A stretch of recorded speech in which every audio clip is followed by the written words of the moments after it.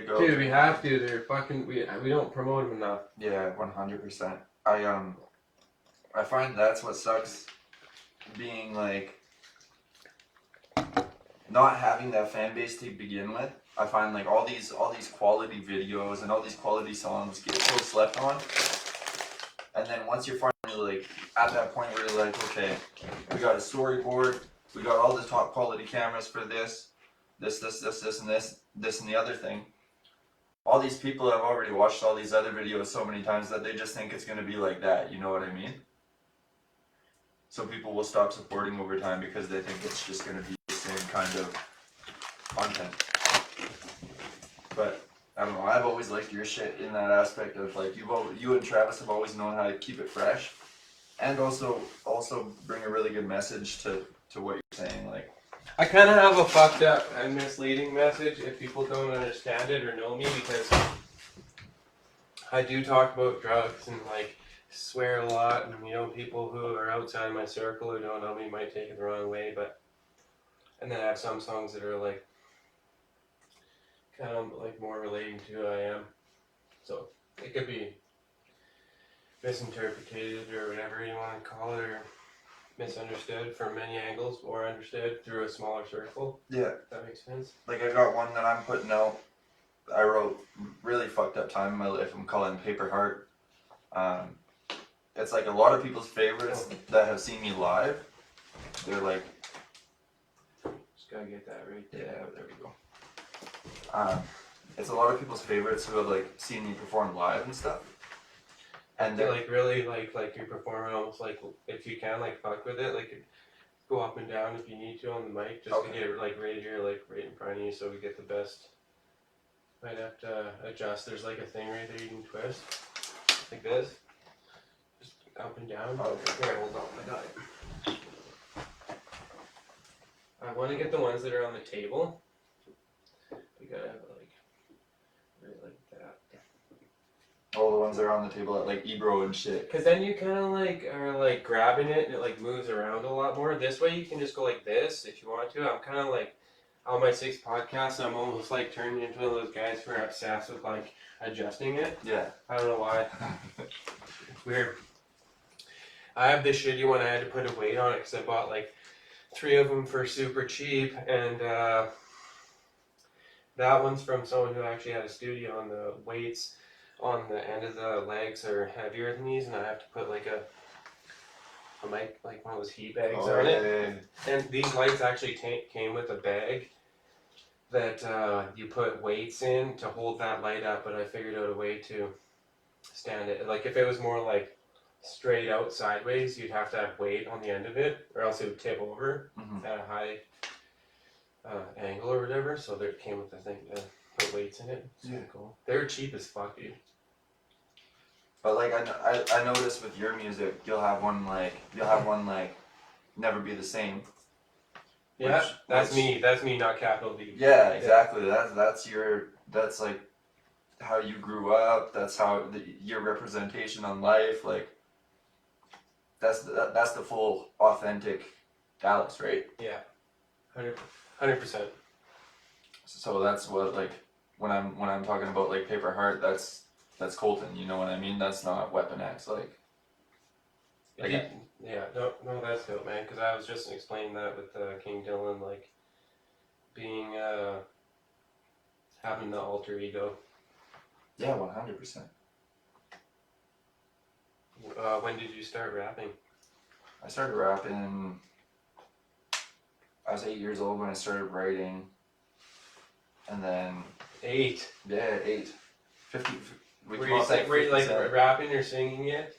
Yeah, so like rapping. Or just poetry, or were you like doing it out loud, or were you just writing it down? Yeah, I was just writing it down and then seeing what kind of came together all sound wise, and like I don't know. Obviously I didn't understand shit about flow or cadence or delivery or any of that shit. I was writing words that rhymed and sounded cool. Like straight up 8 years old. Yeah. That's sick. I started when I was probably like 16, 17. Hell yeah. How old are you? 26 now. When were you born? 96. 89. Hell yeah. Yeah, it's like people are always like, yeah, 80s were cool and 90s were cool, and I was like, in both of them, but too young to experience either of them. Yeah, no doubt. Yeah. No doubt.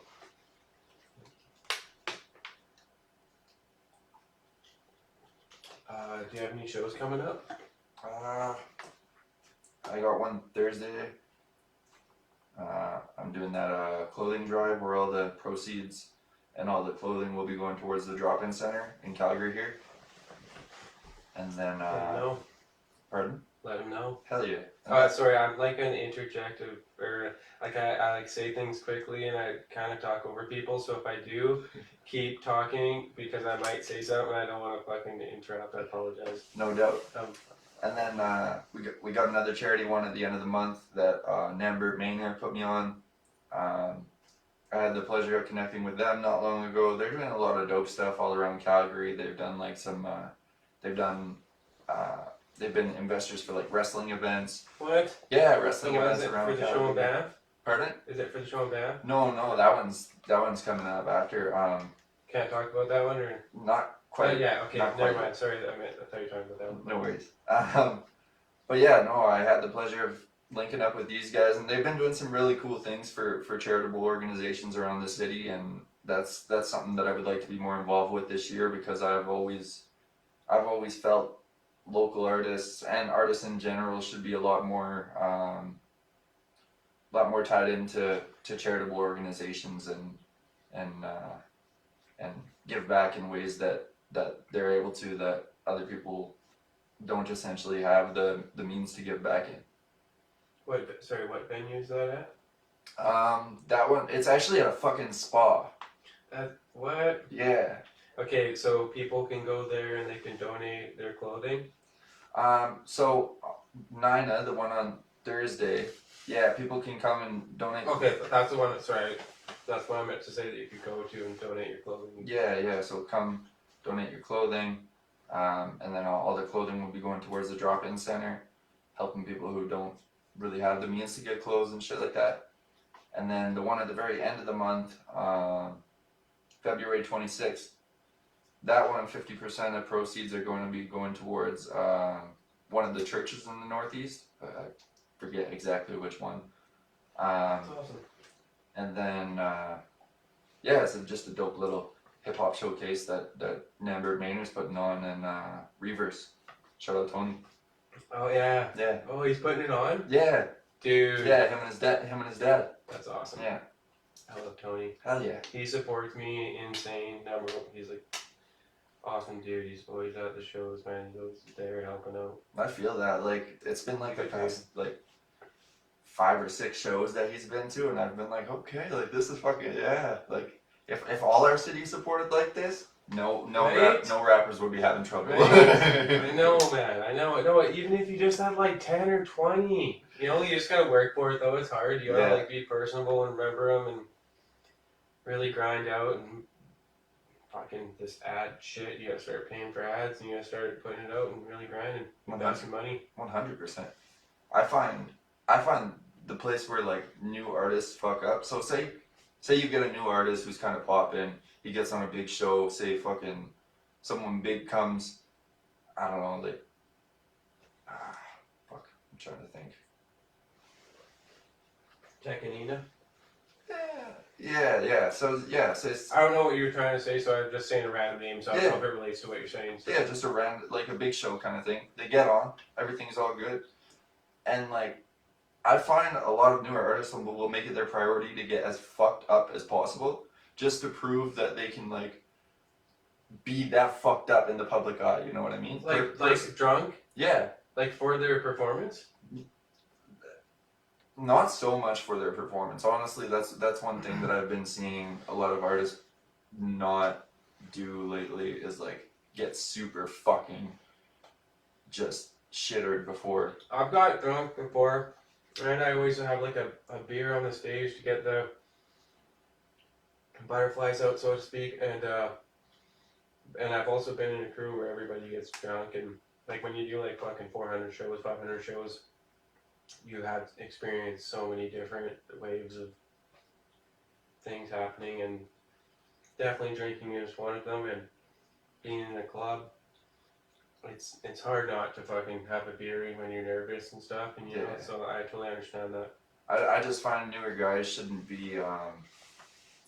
I get nerves are a bitch, 100%. Don't drink yourself wasted though. Yeah, 100%. That is like you make yourself look like a fool. The promoter doesn't want you back. The bar doesn't want you back. Oh my god, you just make. You're an asshole to fans, not on purpose, but you know what I mean. No. If you have an addiction or you're just nervous and you overdrink, that's one thing. But there's just I totally get you. Yeah, 100%. And I always go out. I take my tequila shot before I go on stage. Just. But you probably wait right before you go on right stage. Before I go and on it's stage. like not gonna affect you in the next like 15 minutes because that's how long your set is. Exactly. And then like, I don't know if shit's rolling nice or whatever. I don't know. I'll get like someone to like grab me a beer while I'm on stage or whatever. Yeah, totally. Like, Of course, go dude. grab me a beer. Of course. But no, I've always really handled myself like very professionally after the fact, like after the performance. Like I've always went up. I always ask people their names. Like people really like being asked who the fuck they are. People like telling you their story as much as they like hearing yours. Yeah, you can't overlook the fans, man. No.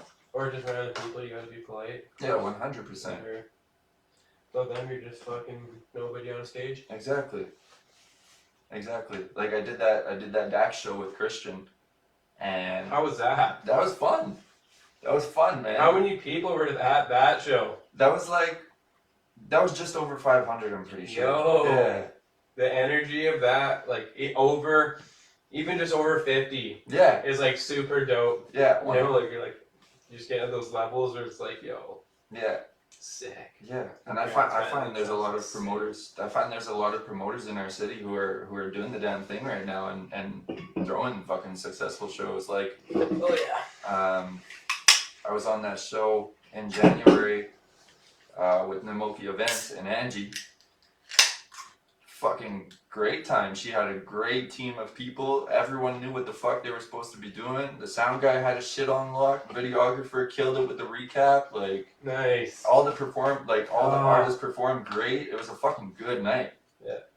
I woke up the next morning. I got money because of the tickets I sold. Like I was fucking, you know what I mean? That's how it shows. For the DAC show? No, that wasn't Dax. That was the one I did with Angie in January at Junction. Sick. Yeah. Yeah, getting paid or just even having like the perfect chemistry where people care about your stage set and there's like more than just like your group there to plug in the USB or do whatever you gotta do, have your DJ or your band or whatever. And like you show up there and a lot of times they're just like really focused on the headliner and they kind of overlook the opener or whatever situation it was. Like it's nice to have the chemistry. 100%. Yeah. Lot of dope artists on that show. The headliner flew out from Toronto. So like that was cool. Sorry, who is the headliner? V Lone. He's mainly on SoundCloud right now, but he's gonna be releasing some shit on Spotify. V Lone. Yeah, V Cool. Lone. Where can people find? Where's the best place for people to find your music right now? Like, where do you want to send them to? SoundCloud, YouTube. What's the links at? So I'm not gonna be dropping shit on SoundCloud till I get that monthly shit figured out. Or what do you mean? You gotta pay like monthly, Oh yeah, okay. like a $10 monthly to drop more than however many. 50. Yeah, 50. Yeah. So I'm at that point too. I'm like I got this credit card literally just for subscriptions, and I'm like about to start like deciding to be like committing to being like, hey, I'm gonna subscribe to all these fucking websites because you gotta be like the YouTube Premium, the fucking spot, you know. yeah, but the main place to listen to my music right now would either be like where I started on YouTube. Like that was kind of how it all started for me, was YouTube and Facebook videos. Can they buy your music anywhere? And then yeah, you can buy my music iTunes, wherever the hell else you can buy music, and then Spotify, All the digital online. Deezer, outlets. all that good stuff. Tight. Yeah. What was the furthest place you ever traveled to do a show? We did one in Surrey for that summer wrap up. And how'd you get there and how was the road trip? Oh boy. So we left. That's a rough drive. I love that drive, but it can be rough. Yeah, it was pretty crazy. Cause that was like early June, and we left. No, that was late June, and we left early as fuck in the morning. Like we left at like. I want to say we left at like 4 or 5 in the morning from Red Deer to get to Surrey the next, like the not the next day, but the following day, on fucking at like 2:30 in the afternoon. No.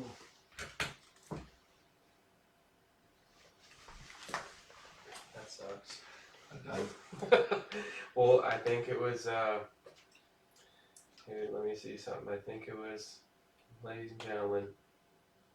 I don't think my microphone was plugged in, and I apologize. Oh shit. Hello. It would have been recording on. It would have been recording because these have microphones. Yeah. So it would just be recording on that. So it's just gonna switch over. It's still recording. It's not. You're just gonna hear a sound bite for 2 seconds, and then it's gonna change.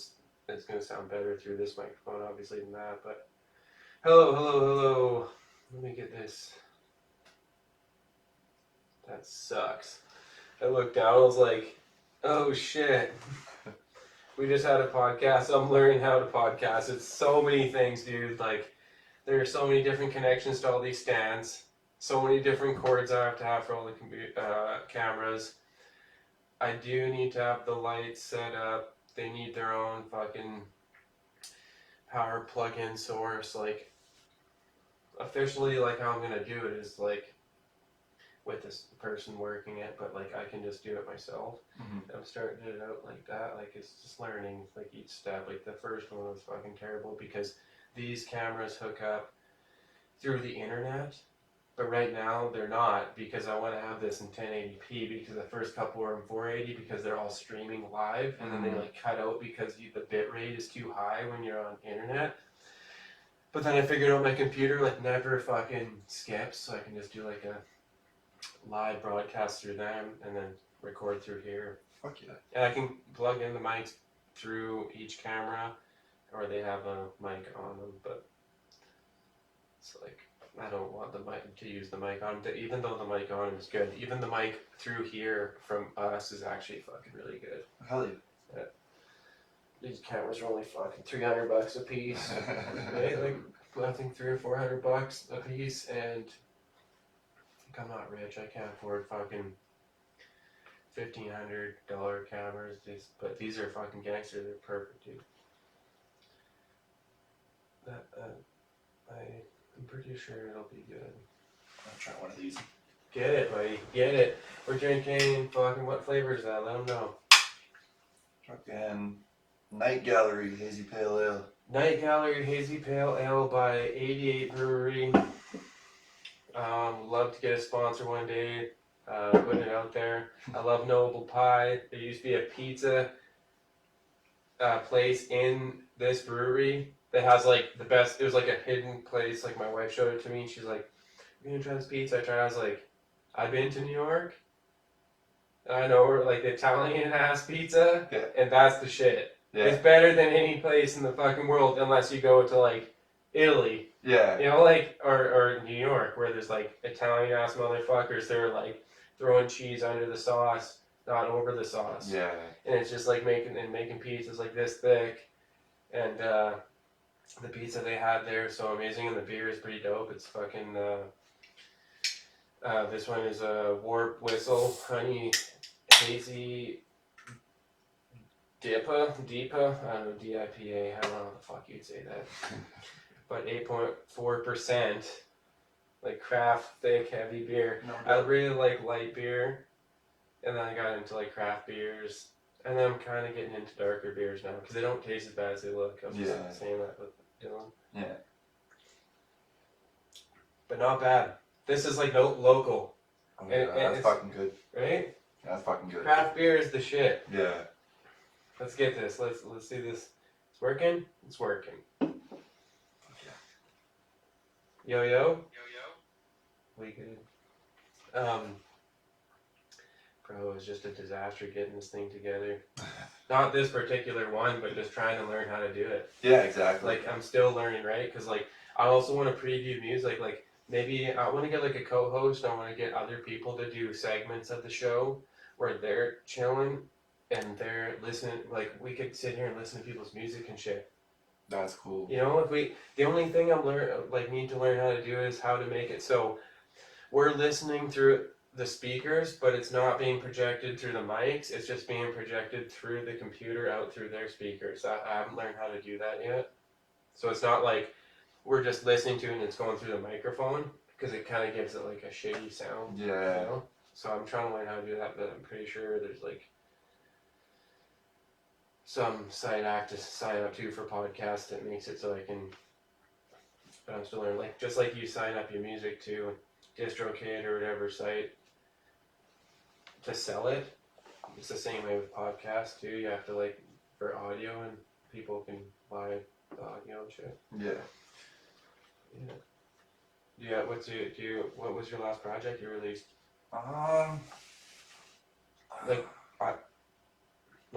Like last one you put out, if you can remember. Last You put out a lot. I don't have any full length projects. No, not a project. Like last song. Last Song, song like- was the flip music video. I kind of consider a song a project because like how everybody is doing singles nowadays as opposed to albums, and still a whole project takes a lot to make a song. 100%. And I find as long as you have like your full team behind that product, I like that's when it really is a project. You know what I mean? Once you have your fucking 5 or 6 people who are usually behind every fucking release. Straight up.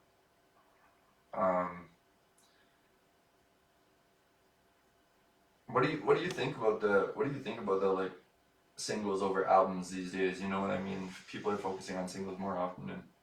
Okay, so I am a savage consumer of Instagram and TikTok. When I'm sitting around the house, I admit it. I wish that I wasn't. I try to not really flick through the fast videos, but I do understand the power and short form entertainment and the flipping of the page, seeing quick, funny, or savage, or horrific, or whatever emotional videos you can see within a second, as opposed to watching like one film for an hour. I do understand the transformation of entertainment where people are like super like just want to listen to one song as opposed to like a full album. And then I also understand the artist perspective where they love to make an album because they love to make a piece of artwork, but the new consumers are kind of like just consuming like one song of the album.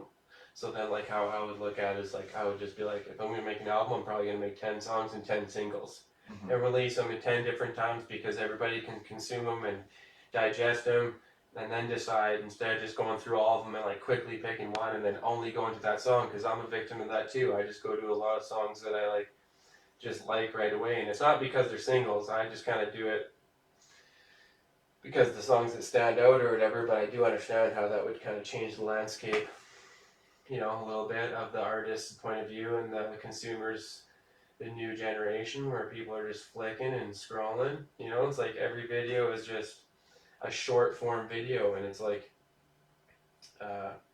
it's very addicting. It's so addicting to watch a video that's faster, like or even just a visual. Like, you know, it started out like, oh, you just heard the radio, and then you got the TV, and now you can see it. Now there's like songs on the radio, and now you can see music videos, and like, and it just keeps like, now you can just see like fucking 1,000 videos of content within 60 minutes. Yeah. You know, like 1 hour of scrolling on your phone, you just saw like so much shit. Yeah, exactly. Taking up a lot of space in your head. Yeah. Sorry for the long answer. No worries. I fucking. I always ask that to people because like I don't know, I like the approach of albums. You know what I mean? I grew up on Marshall Mathers LP. I grew up on Sick. all the good albums. You know what I mean? Like I wish I grew up on that. I grew up on ICP and they hated each other, and so I was brainwashing and not liking Eminem, but he was so dope. I had to sneak the rap albums because I wasn't allowed to listen to rap. My dad's like, no, it's gonna fucking taint your mind and fucking you're gonna be fucking swearing, you're gonna be telling your teachers off, all this other shit, right? Don't be listening to that devil music. He didn't invent the light bulb. That was the devil. No. I invented the light bulb. No, I'm just kidding. No, I'm dead ass serious. I'm not trying to be like that about parents and shit. And I kind of even feel like that too. It's just gotten like a lot more watered down. But back in the day, refrigerators were the devil. Yeah. But like, I don't know. You look at the shit that's on media nowadays. It's like, how are you not gonna find shit like that? You know what I mean? Like, as a parent, you're fucked. Your kid's watching some fucked up shit, no matter what the fuck. I know. Fuck. I know. So I'm scared to have a kid. Do you want to have a kid? I don't fucking blame you. Like even if like you know like if the kid like grew up and was like kind of like had good intuition and didn't like really like maybe he saw some fucked up shit but just still grew up good. Like, do you want some kids? Like, do you ever want kids? Yeah, I've always wanted kids because Me too, man.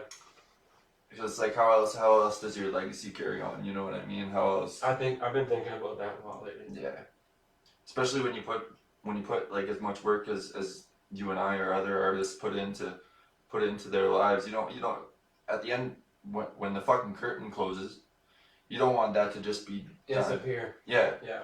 It's not just done. Like, you want people to push your music for you still and like all this other shit, right? Yeah. Like when I pass away, I hope people are still listening to my shit. I asked, we just did a podcast earlier with King Dylan, and I asked him, did you hear about the Live Forever thing? Live forever? No. It's like an option on like whatever you sign up to, like if you died, that they're just gonna keep like selling or promoting your music on like whatever you upload to like DistroKid or iTunes or whatever. It's like the Live Forever thing. You click on it in your option. I think it's DistroKid or Songcast Music or TuneCore or iTunes itself, but there is an option where you can just like press it to pick. I'd rather just give it to the rights to someone I know, so they could, with the instruction to make money on it. So then it's not just going to some random person. Yeah. But like whoever, because I don't think they have a monetized option to get music through, because it's what we're uploading through is a monetized like store. So it's like when you live forever and you die, they keep it on there, but the only option would be to pay for it. So somebody's got to be getting paid. But it's kind of weird. I think I'd just like put it in my will, but yeah. So yeah, I feel like I would give it to my producer because like I don't know, a lot of this. Isn't he at the same age as you though? He might be dead at the same time as you, son. He just turned 23 actually. Oh, 3 years difference, Yeah. and you die at the same time, yo. Yeah, it's a possibility. Yeah. He's a little bit smarter with his life decisions. Well, but like I just goes into the whole if you have kids thing, and like if you want kids, and like if you could give it to your kids and an inheritance, or if you had kids, like That would be cool too. 26, you're pretty young. You still could probably you have lots of time to have kids, but I honestly think the best time to do it as early as possible. In a sense that when you're older, you don't want to be old as fuck at your kid's graduation. Yeah. And look like their grandpa. This is true. Like, and you don't want to be in the late years of your life having to deal with kid shit. You know, like my buddy, like I look at it that way, man. Like have them as early as you can, even though people look down, like, oh, you had your kids when you were 15, 16. My older brother Justin, he's fucking 19. I think his girlfriend was like 17 or 16. Like they were young. Kid. They're doing great, and their kid's grown the fuck up and out the house, and they got their life, and they're not going to fucking doing shit like, dude, changing diapers at 40, 50, dog. No, like even though it's not a bad thing, it's not a bad thing. It's just nobody. What do you want to do? Do you want to get? People are always looking down on young parents, though. That's what I got when I was growing up. Like, oh, why are you doing this? Like, because they want their fucking lives and they want to have kids. And it's like, if they're growing up, like that's what I see. Even my friend Lauren, like in Alberta Murders, Chinita, dog, he's like great dad, man. They like had their kids young, and they're great. And they like, the kids are grown now, and they're getting grown. They're like 12, 13. It's like, it's dope as fuck. They're gonna have the rest of their life, like a couple more years, and they're 18. And you're like, yo, like, skedaddle. I'm just joking, but you know what I'm saying? Yeah. Have the rest of your life, the years of your life yourself. Don't be fucking 7-year-old dad at the fucking But it's not a bad thing if it happens, but try not to be. Yeah, That's all I'm 100%. Because you still want to be able to enjoy yourself while you're out at all your kids' events and shit. Because you're gonna be out at Not fucking old as fuck. Yeah, not old as fuck. Exactly. Like you want to be able to go up to the moms and like hit on them still. You know what I mean? Oh well, yeah. Depends what your situation is, I guess. It's like our kids go to school together, but like Sorry. I can teach you some things. Yeah. Oh my god. You remind me of Ali B. You sound like Ali Baba. Oh, you're hilarious. The MILFs in the house. The school MILFs. Do you ever have any hot teachers? Fuck, man. Yeah, a few come to mind for sure. I had some hot teachers back in the day. But I just acted like a fool around them all the time. Like, Oh, there was kids, no- man. You're a kid. Yeah. Yeah, of course, dude. I'm still a fool. I'm 33. Yeah.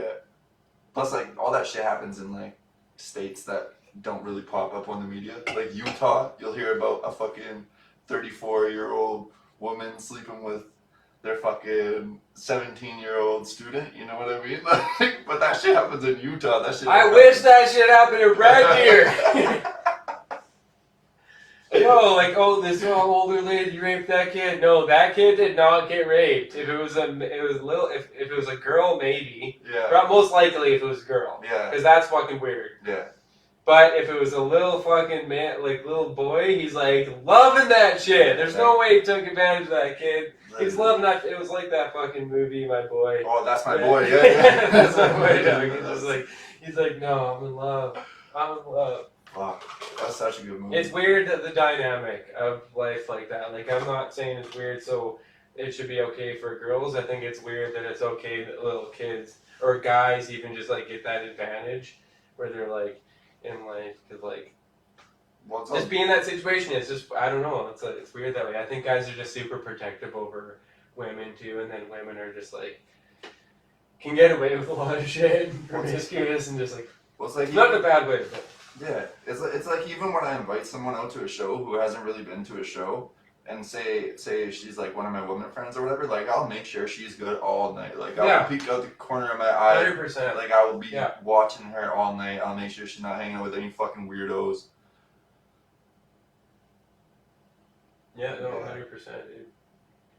But like it's like you were saying, the double standards in life are very fucking odd. Yeah.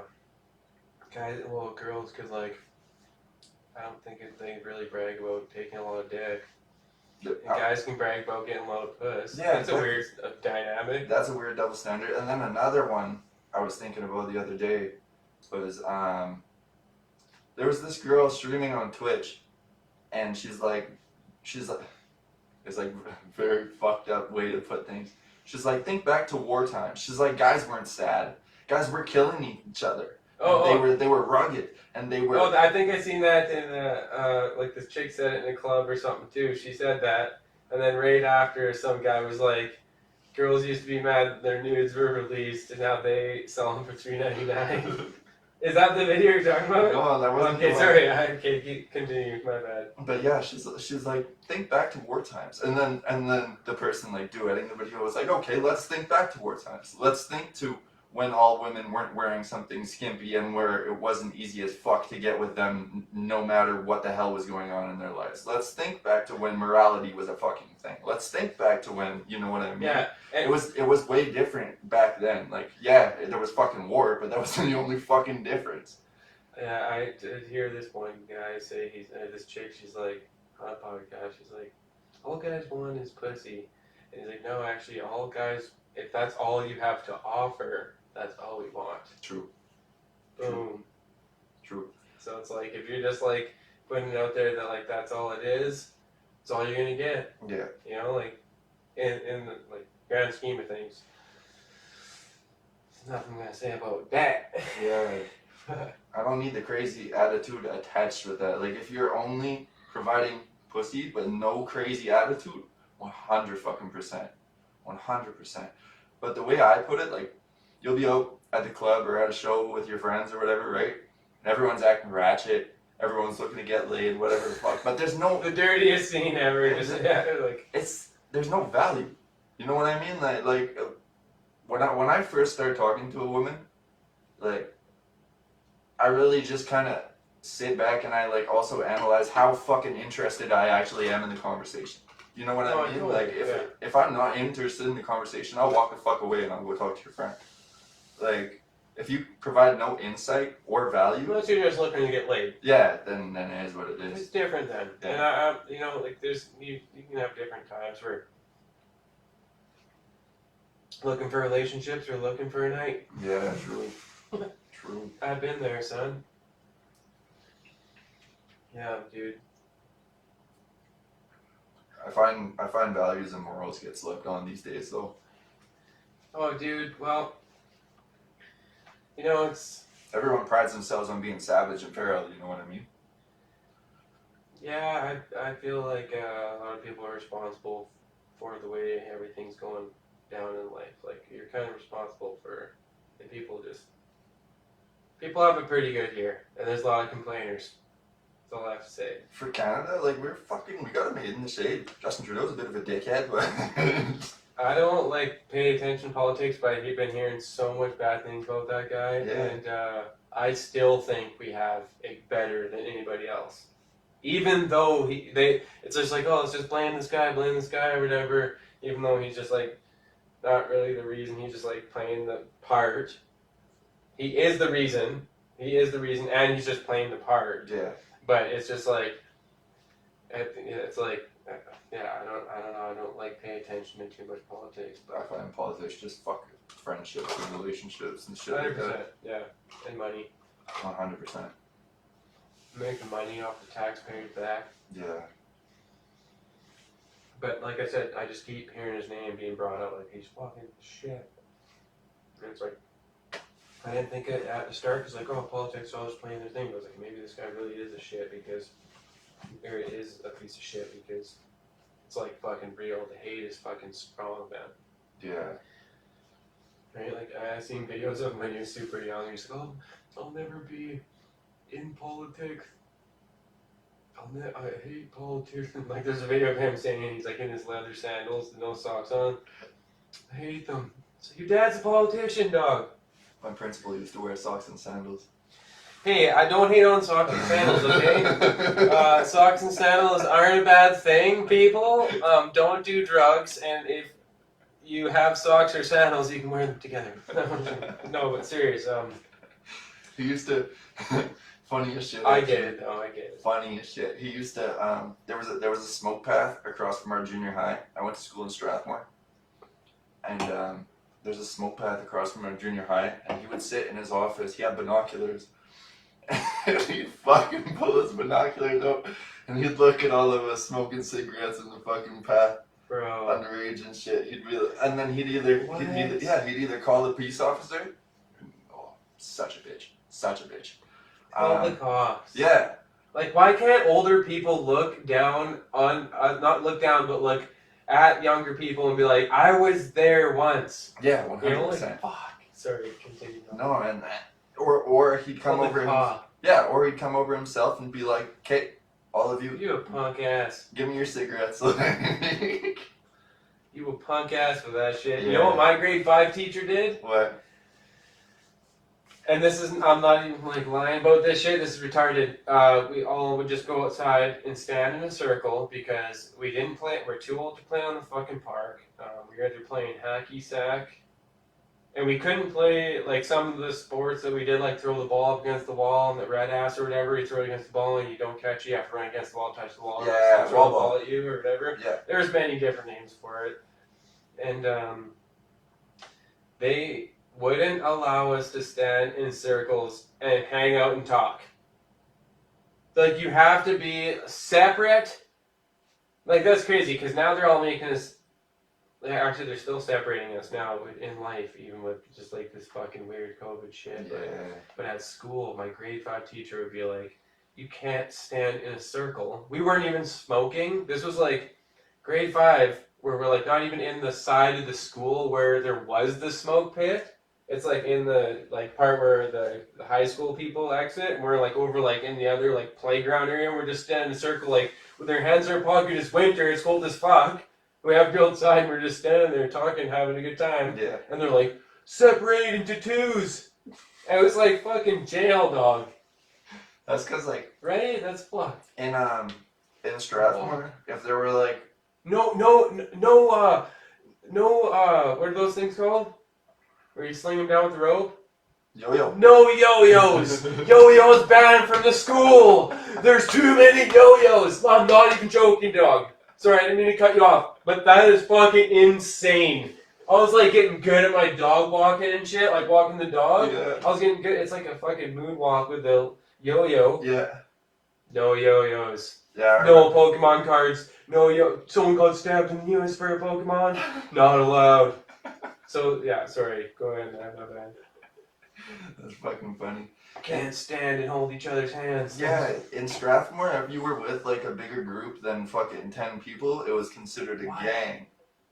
Yeah. Yeah, so they would pull over and it was like, yo, a group of you gotta fuck off this way and a group of you gotta fuck off this way. You're like, oh, these two guys with the curved beak hats, they're hockey friends. These guys with the flat beak hats, they're a gang. Yeah, No, I'm dead ass. yeah, Like, exactly. I'm dead ass. Like, see, you got a camo t-shirt, going to jail. No, I'm dead. Like, there's just like so many fucking great like profiling shit. Like, oh my god, it's not even funny. Well, and like, But I feel like they could also just like call out like for the majority of the people, like they're always getting lied to, the cops, and they always can just like deal with the same situation over and over again. So they kind of just like have like a stereotypical. That's kind of true. well, and I grew up in a town where I'm not saying everybody's bad. I grew up in a town where minorities were very rare. You know what I mean? Like, you did not see anyone other than pretty much white people and natives. Like, most of my friends were native. And that was... Most people in Canada are. Yeah, true. It's either cowboys or natives. Yeah. And I don't know, I'm thankful that I grew up around, like, And small trickle in between. native families and native households. 100%. Yeah, 100%. Dude, this is their fucking land. Yeah. Yeah, dog. Yeah. 100%. Gotta respect that. Yeah. I got the privilege of working on some native land that, like, where I helped build just the base and the side bricks, like these big ass bricks, the retaining walls of just the base of where the Costco's going in Sutina. Oh, yeah. And he had like the chief had like this big meeting, gave us all pizzas, and was like, we're doing this big deal with our contractor, and we were just like a small subcontractor, but we were out there on the reserve, and it was fucking beautiful land. Hell yeah. They own a lot of fucking land, dude. Well, Banff is owned by natives. Did you know that?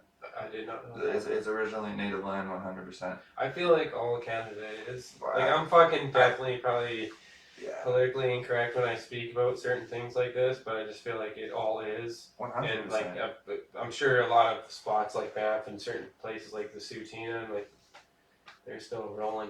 Yeah. I know it's originally all native land, 100%. That's dope. How's that beer?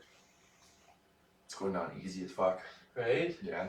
I have many more in the fridge. Kill beers, but I'm driving you home too, so. Hell I mean, getting you an Uber. yeah. And can you remember your first show? I was supposed to. How old were you, if you can? I was 18 years old. No, I was Okay, 20. so I was 20. 8 years ago? Well, I was 18 for Bring Your Own Bars 3 Oh! at Slumland. True ability, bring your own bars. Yeah. Yeah. Because that one was at Slumland, and then the next one after that was at Scott Block, if I remember correctly. I think so, yeah. I can't remember exactly the order, but it was like and then one or two in Slumland? Or just one in Slumland? One in Slumland, Scott Block, and then... I think there were 2 in Slumland, Oh, sorry. Scott Block. Okay, my bad. You smoke weed, right? Yeah, and what's the other fucking place? Oh, the Crossing was the one where you guys did the final one there. I'm gonna send you off with an ounce tonight, then. Hell yeah. Got you, brother. Hell yeah. Thank you so much. Dude, of course, bro. I got mad flavors. Hey, where's my... But, Bong or joint? joint. Joint? Okay, I'm gonna hit bong and then I'll roll a joint. Hell yeah. So I was 18 and I remember penning my list for this, and this is when I still used Rhyme Zone and shit. And I would just use the big words just because like I knew I could. And Rhyme Zone, what's that? Zone's like where you type a word in the top and then it will tell you like a bunch of like Oh, words that rhyme with things it. that'll rhyme with it or whatever the fuck. That's awesome, dude. Yeah. You know what you can also do is buy a thesaurus and a dictionary and use that in any fucking thing that you can use to expand your mind Yeah. until you get better and then you don't need it. But I'm telling you, the thesaurus, the dictionary, do it. Continue, sorry. That and then I've been thinking about like starting to read again. I grew up. Yes, reading. dude, me too, dude. I grew up reading lots. Like I grew up reading Cirque du Freak. I think I read that too. Demonata. Goosebumps. No, I'm just kidding. Yeah, I'm Goosebumps. just joking. Fucking. There was this Percy Jackson and the Olympians, and it was like all about like Greek mythology and like all this other shit. But yeah, I used to read all the time. You know those. You know the book Crank. With Jason Statham? No, I'm just joking. No, what is it? It's by Elliot Hopkins, and she was like the author.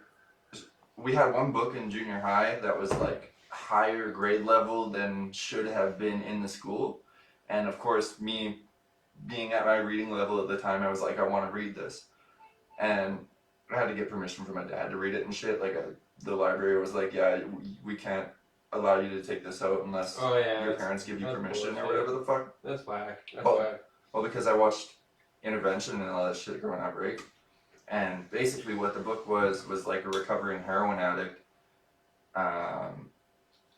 going through life and like figuring out a bunch of shit. Yeah, but you should teach kids though. You shouldn't shield them. Yeah. Because then they're gonna figure it out on their own. Yeah. Like if your kid's gonna go out and drink, you should be like, yo, the first time you drank, let me chaperone. Yeah. Sorry, continue. No, Like, we gotta have that parental shit. Yeah, 100%. So yeah, I would read those books that were kind of grade 12 level, fucking grade 11 level, and I was only in grade 8, and they kept my interest. So yeah, fast forward back to this bring your own bars. Oh, we go off. I was so fucking nervous. This was my first time ever That's rapping good, in front of people. This was my first time ever doing any of my shit. I remember it was monotone as fuck. I remember people You coming got up. a good deep voice though. Yeah. Yeah, you did, man. Like honest God, and I've seen you over the last years and stuff, and you just become more and more polished. And I was like, I like your deep voice. And the last show, I think I seen you. It was maybe the Halloween one or maybe one after, and it was like, yo, this is sick. Hell yeah, thank you. No. So yeah, I was shaking. I was nervous. My whole body was fucking sweating. Like I was not moving around. I fucking barely made eye contact with people, but I spit my verse and then I fucking I spit my verse. I went over the time it was supposed to be or whatever the fuck, but I like still did my fucking thing. And then I remember people coming up to me afterwards, like you came up to me afterwards, Chad Ellie McGee came up to me afterwards, Nemo King came up to me afterwards, Vectrum came up to me afterwards, Mentality, fucking Sick. The Green Children, the Nobody Movement represent. yeah, 100%. And all those guys came up to me afterwards. They're like, "Yo, you're fucking dope. You just gotta figure out what you're doing with this shit." So that was like my first time on a stage and like in front of people. But my first actual show, I remember it like yesterday. I got fired from my job. I was doing stone labor at the time. Oh, isn't the music and your job always battling? 100%. I got a call from Thomas of Frank Bolts. Where? Who? Have you ever heard of Frank Bolts from Drumheller? Oh yeah, I have. Yeah. Oh, yo, he's dope. Yeah, so I got a call from Thomas from Frank Bolts, and he's like, "Yo, can you make it to Drumheller tonight for a show?" I was like, "What do you mean?" He's like, Blaze One and Jeff English are doing their tour through Oh, okay. Canada right now, and they got their show in Drumheller tonight. If you pop by, you can come rock a set. I remember fucking running to my neighbors. I didn't even knock on the door. I was like, "Guess where the fuck we're going tonight?" He's like, "Where?" I'm like, "Drumheller." I already got the ride lined up. I already got gas fucking figured out. I fucking Sick. like all this shit's figured Really out. stoked. It sounds like the stars were aligning. Yeah, it was a good one. So yeah, my first time was opening up for Blaze One and Jeff English in Drumheller.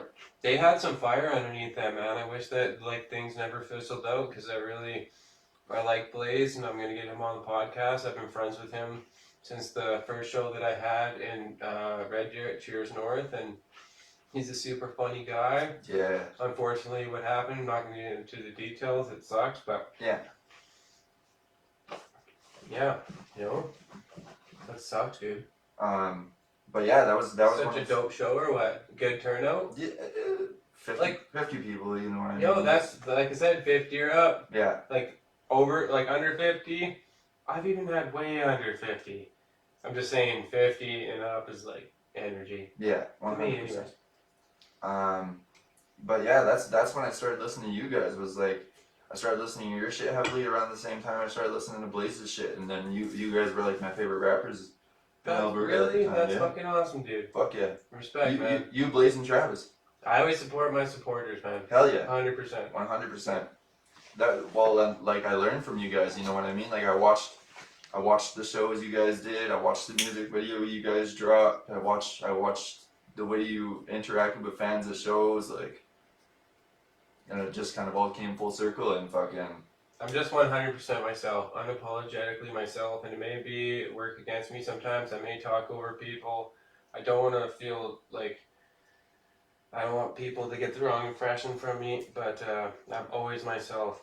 And see, even these fucking podcasts, I might talk too much, but I always try to let you guys talk as much as you can, but I'm trying to learn how to do this, so. Authenticity is rare. Authenticity is very rare in this day and age. And I think at the end of the day, it'll be a 50-50. People are just gonna be like, oh, I like him because he's real, or I hate him because he did fucked up all the time. Like, I'm dead ass. Like, serious. I'm just like, I'm not perfect, man. Hey, that's all good, man. Fucking, nobody's fucking perfect. If I ever met a perfect person, I don't think I'd be their friend. There are no perfect people because everybody learns until they die, and your life is very fucking short, and people surpass you at a fucking very young age because you're fucking old as fuck and new ass kids are being born that can just kill you and all the fucking new shit and just know about way more new shit. Like, I'm already way past old, done, 3 generations. Yeah. Literally, like, after 10, 12, 11, 12, 13, 14, 15, that is like the fucking years where people are like, this is the shit, like, and then it's like you turn into an adult kind of after that, 16, 17, 18, and you're like, there's just a completely like revolving door of like new shit. Yeah. And I like kind of like as an old guy, and not that old to most people, 33, but like I feel older. Like 26, you're young, you got lots of time on you compared to me, but yeah, I'm just like, yo, I'm interested in like figuring it out. I'm interested in like being like, what's the new shit? Instead of like hating on it now, like it would be like, like afraid of it or like hating on it for whatever reason, being insecure. I'm just like, you know what? I'm gonna try and just figure out what the new shit is all the time. Not to like change who I am, but just to be like, what's cool nowadays? Yeah. Like it's fucking sweet, man. There was a good period where I fucking hated mumble rap. Like I was only listening to fucking Webby, fucking King Magnetic, fucking. I feel like that's such a general statement for a lot of different kinds of styles of music, though. Yeah. Some people misinterpret mumble for a lot of different kinds of music. Sorry. Yeah, and then I don't know. I kind of decided to give it a chance one day. Like my homie Jay Marsh. I don't know if you ever met Justin. I think so. That sounds familiar. He's been on a couple Blaze One shows. Most likely, then. Yeah. Sure. But yeah, he showed me his style. I was like, fuck. I was like, you got a different style than I'm used to. I'm fucking with your shit. Like it's melodic. It's dope. You understand what you're saying. Like got a good performance. Yeah. Sorry, dude. His name's Kyle. Is that okay? You want me to get him off you? Oh no, it's all good. I love cats. He's like super shedding though. I can take him off you. That's no worries. Okay, bye. I'm just gonna grab him. Kyle, come here, buddy. Is this like gonna be a thing? Because I live in such a small house that until I get the studio set up in the garage. Sorry, Kyle. I'm sorry, buddy. I love you. I love you. But yeah. I don't want to lock him away in the room because he just meows. And I don't want to lock him away. And I remember going and listening to Lil Keed. I wasn't into any of these Lils before. I hated Lil Xan. Bro, I was into Lils before Lils was a thing. Yeah, true. No, deadass. Lil Poot. Like this guy that was like a character on Big Money Hustlers. He's like, he talked like that. He has this list and he's like rapping fake FUBU. It was called Poo Boo. Yeah. And like, you gotta watch Big Money Hustlers. Okay. You gotta watch it. It's the funniest thing ever, but. Sorry, go ahead. And yeah, that like, it wasn't music I could resonate with or anything. I think it was just his energy. I think it was the energy he was putting out. Like, I wasn't like, oh, these are bars or this is fucking amazing or anything. I could resonate with the kind of energy that he was putting out and the kind of I don't know, just the potential he had, just the different shit he was doing. Like, he was making different sounds with his mouth. Like, I don't know, I fucked with bro's energy so hard. And then I started getting into fucking Gunna and Juice WRLD and all these new guys, right? And then that was pretty much where like the whole bringing the new school sound into my style of shit played out for me. Okay. I don't know if you've ever heard Lil Keed. He died. Who? Lil Keed. No. I heard him, but I can't recall any songs. Yeah, no, like, I don't know, it's just, I'll show you some shit after. I kind of like Polo G. Polo's dope. I kind of like Juice WRLD a little bit, Juice and then dope. like there's one song I like from Lil Uzi Vert, Lil Lucifer. It's Tour Life, one song, and there's like some songs. It's not like I ever like him get diving deep into their albums. I'm just like a couple of these guys' singles, and I'm trying to think who other, and then Future's dope. never got into him. Real talk. There's a couple like songs, random ones I like. There's like the hooks or the melodies, and like it's just like nothing like barred out or nothing, but it's just a little catchy song or hook. But I'm trying to think other names, like I think Polo G. I'm trying to think this one song. For me, Wayne was huge growing up. Wayne was probably my favorite. My cousin Kieran was trying to get me into him or letting me know that how good he is, and he kind of opened me up to him, and then I started listening, and he's fucking pretty dope. Like, I Am Not a Human Being, that whole EP that he released around the same time M released fucking Relapse, amazing fucking EP. Honestly, it was like, I don't know, it was something different about Wayne's bars. Like, he didn't give a fuck if he sounded like he was being cliche with the shit. You know what I mean? Like, I don't know, he would just say some shit, and if it was funny, it was fucking funny.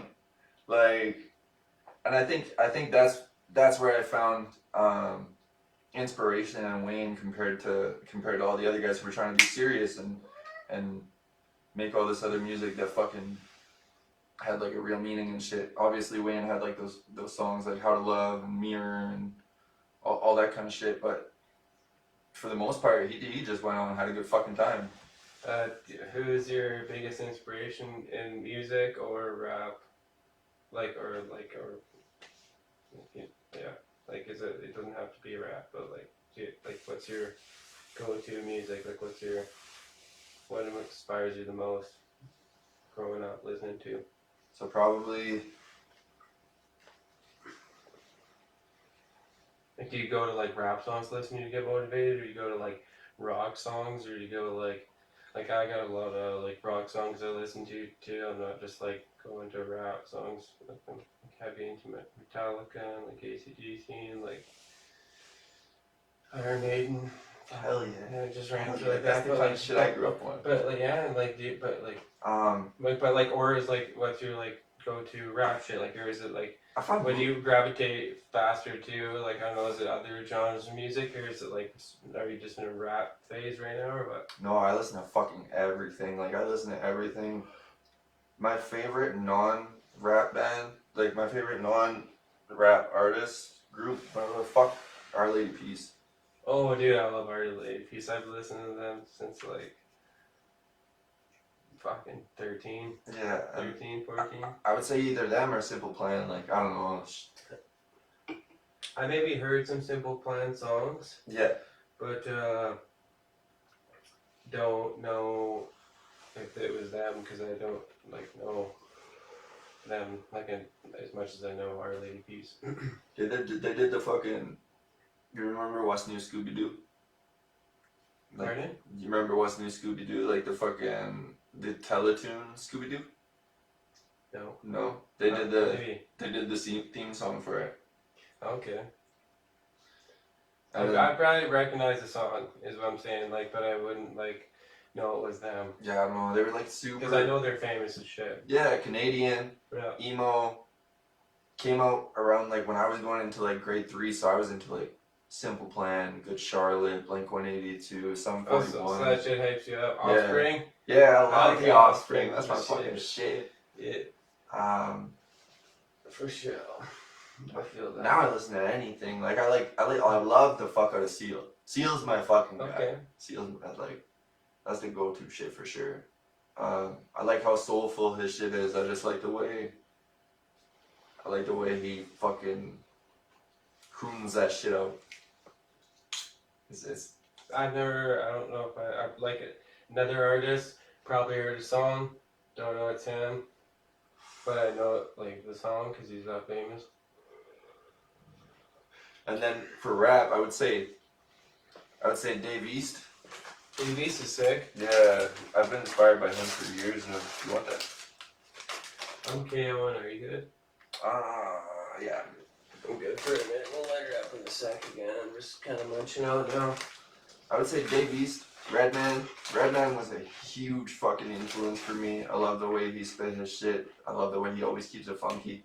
I always write some old school shit. Like, it never comes to light. The old school shit never comes to light. But like, I'll show people when they come around. They're like, when the fuck are you releasing this? I'm like, when I get a fucking studio. Would you want to get a song with him then? Oh man. Right? Holy fuck. Like, what would you do? What would you pay for a song with him? Whatever you could get your hands on, right? yeah, pretty much. I've been in the same situation, dog. Yeah. No. I'd say, and then Onyx. Onyx was a very big influence on me growing up. Oh, they're amazing. Like Sticky Fingers just fucking did it differently than everyone else. Like, he was talking about the wildest shit on records and nobody gave a fuck. That's just. They just have like really loud, awesome live performance too. Yeah, I bet. I want to see Onyx so bad. Yo. That's like one of my fucking must see before they fucking stop touring kind of thing. You think they're gonna stop touring? Oh, fuck. I feel like they're gonna be old as fuck. Yeah, I think he's gonna live forever though. Did you ever hear about the time he went to the award show and shot the gun? Who? Sticky? Dickie. No way. Let me really think about this for a second. That would have been like.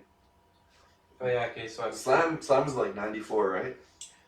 I have no idea. And like for time, all I know is that there's a story where they went there with a real gun into the award show and shot the roof on stage. It Stick 'Em Up? Is them? Or no, I don't know. Stick 'Em Up, Stick 'Em Up. No, I can't remember what the fuck song it was like, or what if they came out to a song. Like I said, I'm like. That's like MOP. MOP dope as fuck. Like homie's like delivery style is just fucking out there. Like I also heard MOP fucking smashing people in the heads with mic stand from the stage. that's like when Tyler the Creator It's being started. hardcore like that. Tyler the Creator started, and he was beating his fans over the head with skateboards and shit. At like South by Southwest Festival when they first got started. But there's probably haters in the crowd too, though. It's probably not his fans. Yeah, I guarantee it was someone who was like, "Fuck this guy." Yeah, exactly. Because Yeah. they got like a big following, so does MOP, and there's just like people hating randomly, like always someone hating. You should just always be prepared to catch a skateboard to the face. Especially if you're gonna like expose yourself to like a bigger show with like other fans of different music. Yeah. Festivals. A lot of people could be like, fuck this guy. One that I'm pissed off that I had This tickets. guy. One that I'm pissed off that I had tickets, but I didn't go for it was Necro. Oh, that'd be dope. Yeah. Necro's the shit. My anxiety was just fucking My anxiety was just killing me that day. I was like, nope, can't go. I can't do the show by myself. You know what I mean? You didn't go? No. Oh, you know what? That's dope that you admit that, man. That's cool, dude. Because honestly, there's nothing wrong with being vulnerable and insecure about shit. You know, it's 100% normal.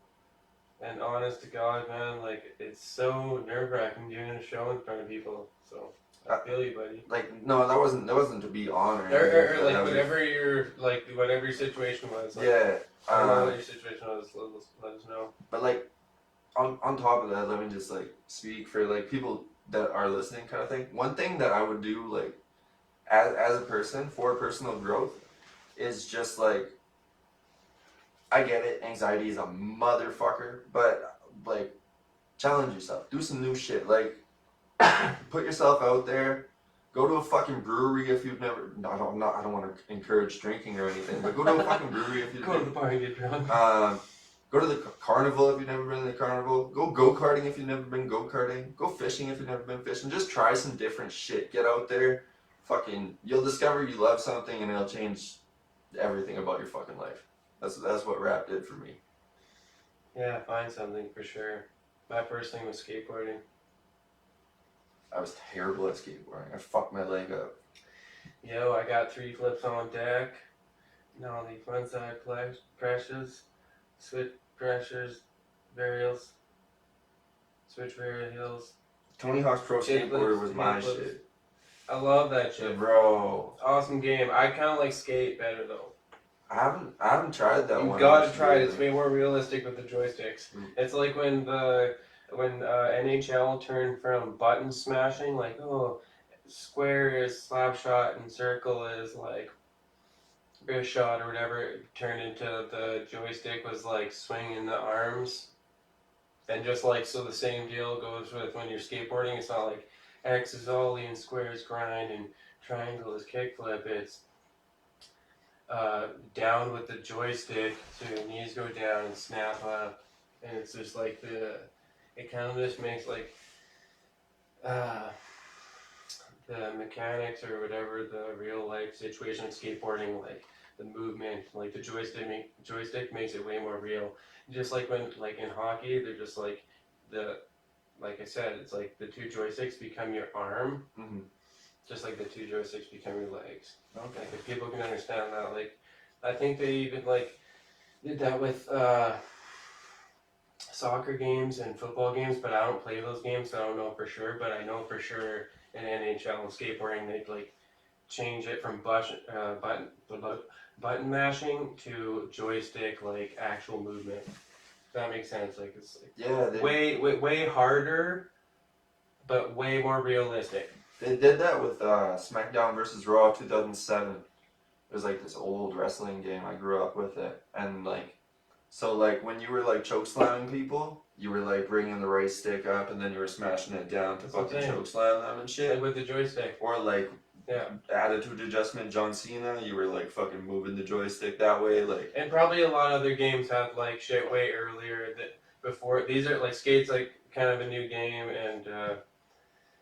Like, they probably had that shit way before skate, for sure. That's what I'm thinking. I'm thinking, like, WWE was kind of, like, the first one to actually... They had so many games. Yeah. I don't know. I love the old WWE games, because you could just go in the fucking back, and you'd be in, like, the boiler room or whatever the fuck, and you're just, like, smashing people into fucking big-ass metal tanks, or, like, running them over with a forklift, dragging them by the fucking collar of their shirt in a fucking forklift. That's gangster. Yeah. I remember vividly my mom leaving town and us being at the house. Me and my older brother Jordan. Or my older brother Jordan and I. Because that's how I should talk. That's what I was taught. I always forget. Yeah, Jordan and I. Jordan and I. God damn it. I'm pretty... buzzed, pardon me, and we walked to the store, or took the bus, I think we walked, and we bought, or rented, in the adult section. Oh shit. Some WWF, like the hardcore matches where like the guy, it was like too hardcore because it was like X-rated because they just had like a little bit more like blood and shit or whatever. So it was like almost like ECW or some shit. Yeah, but it was like in the store, and it was the match that I think the Undertaker took someone Mankind. underneath the ring, Underneath the ring. and it was in like this like fucking plumbing pipe cellar, fucking basement locker room shit, like just old school. They were fighting on top, and then like they broke through or whatever, and they went to underneath the ring. And it was old school as fuck, and I just remember like walking there and renting that. And a bunch of other shit like UFC on VHS. That's You know, like in the like porn section. But my brother was old enough to get it, I think. You know, at that point. There's a fucking porn section in my video store growing up. You'd have to walk by it every time you walked in. Like there was like this big sparkly fucking curtain. It's just like I wonder what the fuck's back there. You know, so like I'm at like.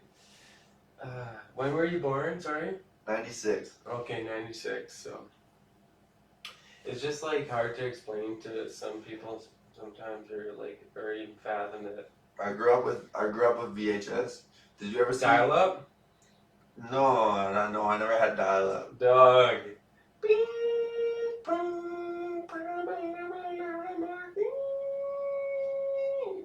That's not gonna work, maybe.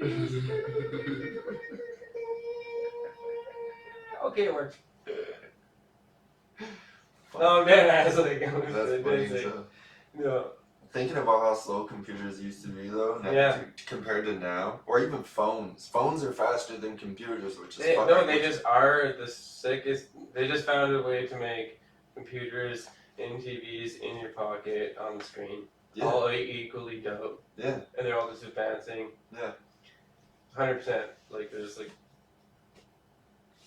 it's crazy because I couldn't imagine being like, I'm only 33. Imagine being like 66 right now.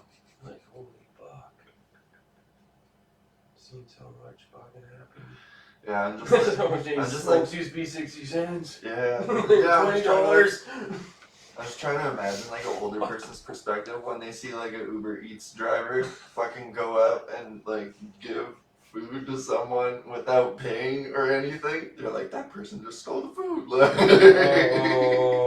dog, I got some pizza stealing stories for you. I don't know if I should incriminate myself. It was over 10 years ago. It was over 10 years ago. And I didn't steal the pizza, I just helped the guy who did. Holy fuck. There's one day, we were at McDonald's. Fucking huge order. Buddy's in the bathroom. Shit, I incriminated myself. Yeah, this is about to happen anyways. Buddy's in the bathroom. And fucking, my friend's just like, remembered the order kind of thing, the order number. And it's like, that? They're like, yeah. They didn't look at the receipt or nothing. He's like, let's get the fuck out of here. He just grabbed a huge bag full of fucking munch for all of us. He's like, we gotta get the fuck out of here. Yo, how old was this? We were all 16 or 17. Yeah, adds up. Walmart, McDonald's. Oh my god. Yeah, I stole some shit when I was a kid. We got kicked out of Dollarama one time. That was fun. We were playing football in Dollarama. What? Yeah, we were playing football in Dollarama. Did you get it on videotape? No, I Then wish. why were you doing it? I don't even know. Oh my god. No. No. Yeah, but we got kicked out. I called the lady a fat bitch. It was a good time. Oh. Obviously, I'm not a body shamer now, but like, Dear Lord. fuck. That's fucking awesome. Yeah, it was pretty funny. She's like, you can get the fuck out of the store. I'm like, and you can quit being a fat bitch. Oh yeah, what's up, Skylar Durden? Skylar. Yeah, more field to skate, and you can set away points, keep doing the same line over and over.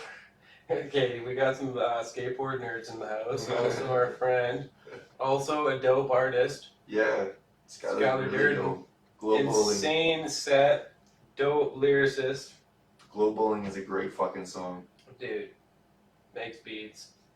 killing it. Check out his SoundCloud. Check out his Spotify. Yeah, he makes different beats. He doesn't make the kind of beats that you would like hear on any old album. He makes like some fucking very diverse sounding shit. It's dope. Yeah, honestly, it reminds me of Run the Jewels a lot. If you can't notice what I'm wearing, Run the Jewels. Hold on.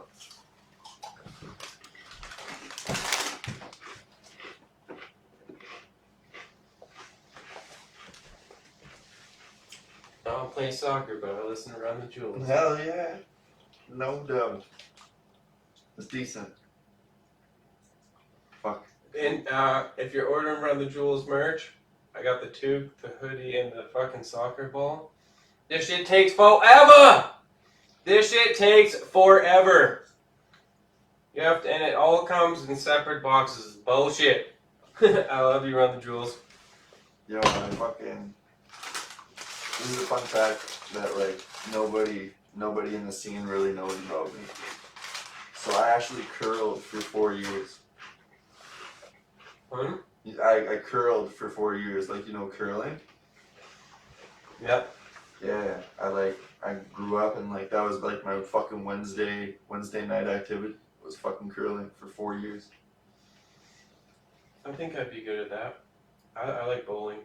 It's very therapeutic. Like the only thing that's on your mind is fucking curling and whatever the fuck conversation is going on with whoever you're curling with.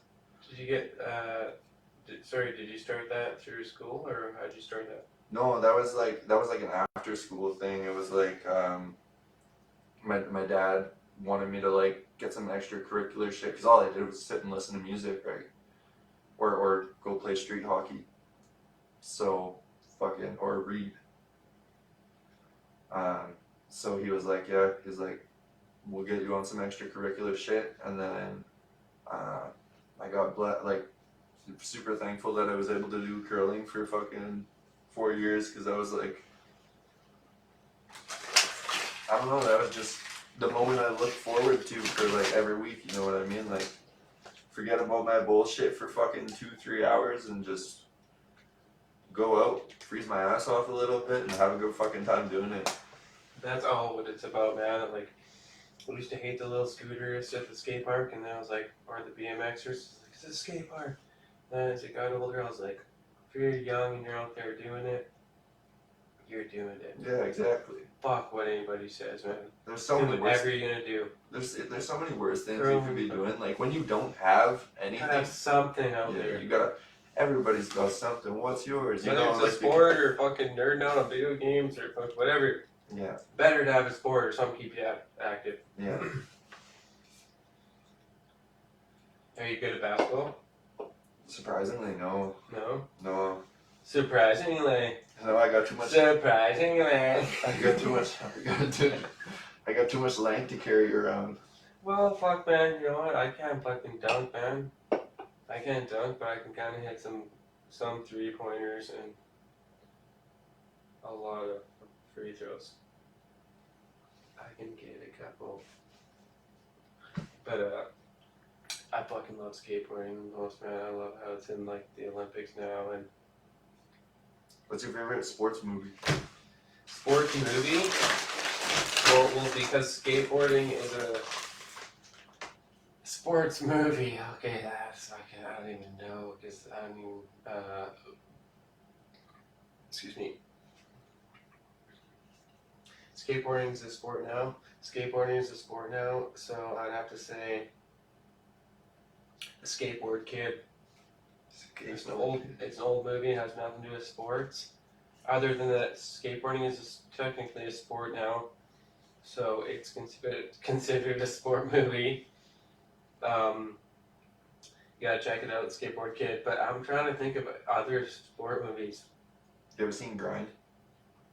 Oh yeah, I've seen Grind, and that would be technically a sport movie too. That was a fucking good movie. I saw it in the theaters, I think, like on someone's birthday. Oh. Because I was like, I remember it is the theater that may or may not be open. I don't think it's open anymore, but it had like a little tiny arcade, and it was like, yeah, like I remember it vividly. You know that, like, when you, like, do you remember any movie you I went to vividly? I saw Guardians of the Galaxy 2 in theaters. Pardon? I saw Guardians of the Galaxy 2 in theaters. Okay. When was that? That was like 3 or 4 years back at this point, I think. That time's probably not accurate at all. 6 years? I love going to movies. Yeah. My wife falls asleep in the fucking movie every time. That was in Drumheller. That was a really cool movie theater, actually. Yeah. I fucking love going to movies. I want to fucking rent out a movie I a think theater for like 6 to 8 hours or whatever, and just like have like game consoles set up with like the most like the best games. that'd be cool. I want to rent a theater and have a show. Like in like a TV theater or like a movie No, theater? no, not like that kind of You theater. mean like a theater? Yeah, like Yeah. with a dope stage and shit. Yeah, fuck, dude, that'd be sick. Yeah. But that's just like a big ass room. Yeah. So like, Gotta find a really good way to promote it, like make it free. yeah. Otherwise, the acoustics are gonna be shit with not that many people in there. No, yeah, that too. Yeah. Yeah. Make it Then free. you have to have the people, dog. You have to have it for free, and like maybe have a big headlining artist. And there is a way you can do that. Like it's like get sponsors and stuff, and you figure it out. There's ways around it, so you don't have to actually go out of pocket. You just have to be crafty. Mhm. Or make a small profit, you know, like maybe like the place there, like a lot of those theaters like sell their own liquor, so if they can, you can guarantee them a certain number, and just make it happen. See, and that's the thing. Like whenever Christian and I bring people to shows, like they're just drinking the whole night. Like they're just like they spend a lot on liquor. Huh. Like Yeah. Yeah. Fuck. It's hard not to spend money when you're out, man. Fuck, dude, I'm a shoe fucking whore.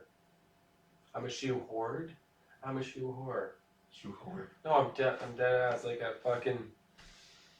have like these notifications telling me when they're out. I'm just like, pay for it. New Jordans and shit. Only the skateboard Jordans. Okay. And like the SBs. I have, I think, one pair of like basketball Jordans. I like the Nike Dunk Highs. Even though the Dunks, I like the Nike Dunk Highs too, but I like the Nike SB Dunk Highs and the SB Dunk Lows, Yeah, I used which to have are the same fucking shoe. They're just like made a little into skateboarding, but a pair of fucking like just atrocious looking on my feet. Absolutely fucking atrocious. But they were such cool shoes, right? It was like yellow, blue, pink, like all the fucking out there colors in one shoe. And everyone's like, why the fuck you wear those everywhere? I'm like, my fucking shoes, motherfucker. Like these are I'm kind of the same way. Like I really like when I have fucking good looking shoes, and like at least every time I go out I get complimented once on my shoes, you know what I mean? Like yeah, take pride in your look for Yeah. sure, 100%. I always skateboarded my whole life, so I always had a weird fascination with shoes, because the shoes for skateboarding were just sick. Like I'm born in '89, so just like the era that I saw were like the big puffy, like sick skateboards. oh, the big puffy ones, yeah. And just like Look like moonwalk boots. sort of, yeah, like yeah, the Osiris ones did, but even just like Andrew Reynolds' like first shoe was kind of puffy, but it was just puffy in comparison to today's standards, which are like fucking. Well, Vans has always been a thing, but like a lot of shoes are just like super slim down for like board feel and stuff. But I still feel like it's better to have like more padding and like kind of a thicker shoe. Yeah, If that makes sense. yeah. Like I always wore skate shoes growing up, and then I started going into the more casual side of things. Like once I finally hit like grade 8, grade 9, and I was like, okay, like I can comprehend. You can't wear fucking out there shoes every single fucking day. You know what I mean? Like you can, but you gotta make your fucking other like you gotta make the rest of your dress like to maintain them. yeah. Yeah, totally. Yeah. That's like the best thing about having like a fucking serious problem like I do is that I do have something for every fucking outfit. Yeah. Every single day I'll have a different pair of shoes like a fucking weirdo, but I love fucking shoes, man. That's how I used to be with hats too. Like I would always like grab a new hat every time I go to the mall, or like just like whenever I seen a color that I didn't I love have. hats too. Whenever I seen a color that I didn't have that I could associate with like another fit, Yeah. I was like, okay, fuck yeah. Like, Have you ever been like gonna go buy another brand and then been like, fuck, I kinda just wanna get a hat and put my logo on it? Over buying this brand. yo, Even, you know, it's really hard because like I know we love other brands. yeah, I love a lot of brands. LRG, Crooks, I like them all. I like DGK. I like Run the Jewel shit. I like all art, like rapper shit, and then I like just all like a lot of like skateboard shit. But like, have you ever been like going to buy out and spend a lot of money on like artist shit? Because I've spent so much money on other people's shit like my whole life, and just as artists ourselves or rappers, whatever anybody wants to call us. Have you ever been like, fuck, I just want to like put my own logo on it? Because sometimes I'm like that too. I'm like, sometimes I'm like, fuck, I just want to wear my own shit or nothing, like just a blank ass shit. But I love representing the shit that I love. But yeah. you know, but it's like. That's kind of where I am. Like I don't like wearing like brand things so much. I like wearing things that represent who the fuck I am as a person. So you kind of know who I am before you approach me. You know what I mean? Totally. So you can get a feel for me before you come up to me. Yeah. And I noticed your hoodie there. Like, who made that? Oh yeah, that's Rye Dylan Reworks on Instagram. He's sick. Yeah, he's selling some really dope hoodies and shorts and hats. And he raps too? Yeah, he raps. What's his he makes rap other name? music.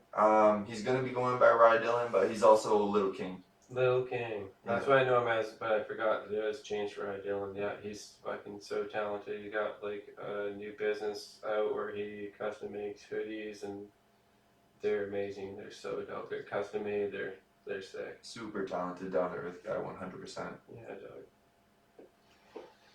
Yeah, dude. But yeah, fucking. Have you moved around a lot in Calgary? Nah, kind of, but I mean, I probably moved like 4 times since I've been here. it In the last like 4 years, or hold on, let me rethink that. There. 3 times in the last 4 years. I've kind of more so been all over Alberta as opposed to all over Calgary. Okay. I find I've just been in Calgary for a longer period of time, more than anywhere else. But I find I've been to a lot of places over a longer period of time. Yeah. I lived in Red Deer in Calgary and Spruceview. I lived in Red Deer and then moved out to Dixon Dam, right beside Spruceview. It's pretty dope, little acreage. That's not bad at all. Yeah, it was pretty dope probably for a couple of years, and then I moved back to Red Deer because I was like, thought I didn't like it, and then as I grew up, I realized how dope it was. Red Deer's tight. Red Deer is dope, but also like I'm saying, like about like where I was like out at the farm and like or the acreage or whatever, that was fucking dope, Mm-hmm. and just like miss that shit. So dope. I can't believe Bellini's closed. Bellini's. Yeah, Right beside Billy Bob's. Yeah, Billy Bob's and Bellini's. They both closed. They both closed. Yeah. No. Yeah. So now downtown and uptown are. There's like no clubs, pretty much. There's like Gentlemen's Club. Because either one of them is. No, dead ass. There's like 1 or 2 that like have like some stank ass. I'm not trying to be rude, but some missing 2 girlies. Oh, fuck, I'm a dick. Whatever. Okay, I'm going in. And then there was one that had some hotties. And then there's 2 clubs, or 2 sections of the town. Downtown, uptown. Downtown started to fucking fuck around, close down. Not trying to rhyme here. And then Uptown did close down. Like you're saying, I didn't even fucking know that. Yeah. And now only the perp stations are open. It sucks too, because they lost the crossing over the years as well. You know what I mean? That was a dope little venue. Like, Yeah, man. There's fucking that sucks. That sucks, dude. yeah. I enjoyed performing there. That had a nice, like, the stage What is height it now? was nice. I don't know. I don't think it's open or anything. It's still Leah's though. Yeah. Yeah. Still rock there. Yeah. There's always Leah's. Yeah. Leah's She's awesome, dude. always a good Shout out time. to Leah's Bar and Grill if you're right there. 100%. She's the reason. Always let us do shows. Yeah. Does she have like updated speakers there yet, or is it you have to bring your own stuff in still kind of situation? I'm pretty sure she has some. Because I just think I seen like a show there recently on tape or something where it just looked a little bit upgraded there on the stage. Yeah, no, it looks pretty dope, and then especially if you know how to like set it up in a way that allows the artists to like have their fucking space and shit, and kind of, I don't know. I like bringing the DJ table to the front, and then that way the DJ fucking. Like front of the stage? Yeah, front of the stage, like not on the the front stage. so you can like walk in front, or what do you mean? Sorry. So like kind of just like off to the side, but like on the front, if that makes sense. Like, so you can still see. So like the crowd would be in front of you at the front, if you were the DJ. And then the artist has that whole space to walk around. Oh, I see what you're saying. Also, like, yeah, I always see, like, the DJ in the middle, in the back. It just really depends what your situation is, what you have to deal with, because every place is different, and the size of artist you are, and whatever situation you are. See, like I always see them, like, I've seen, actually, in Canadian Juggalo weekend, where Ice-T's DJ's like way back in the corner in the darkness. Yeah. And he's like, yeah, to like mention he's out there and they're like super shining the light on him, super funny. But like in a situation like that where someone super famous as DJ had to be over there, and it's hilarious. But like, I always just in my mind picture the DJ being like right in the middle of the stage, but like back. So like you can like have the whole stage, it'll be like open here, and then like the.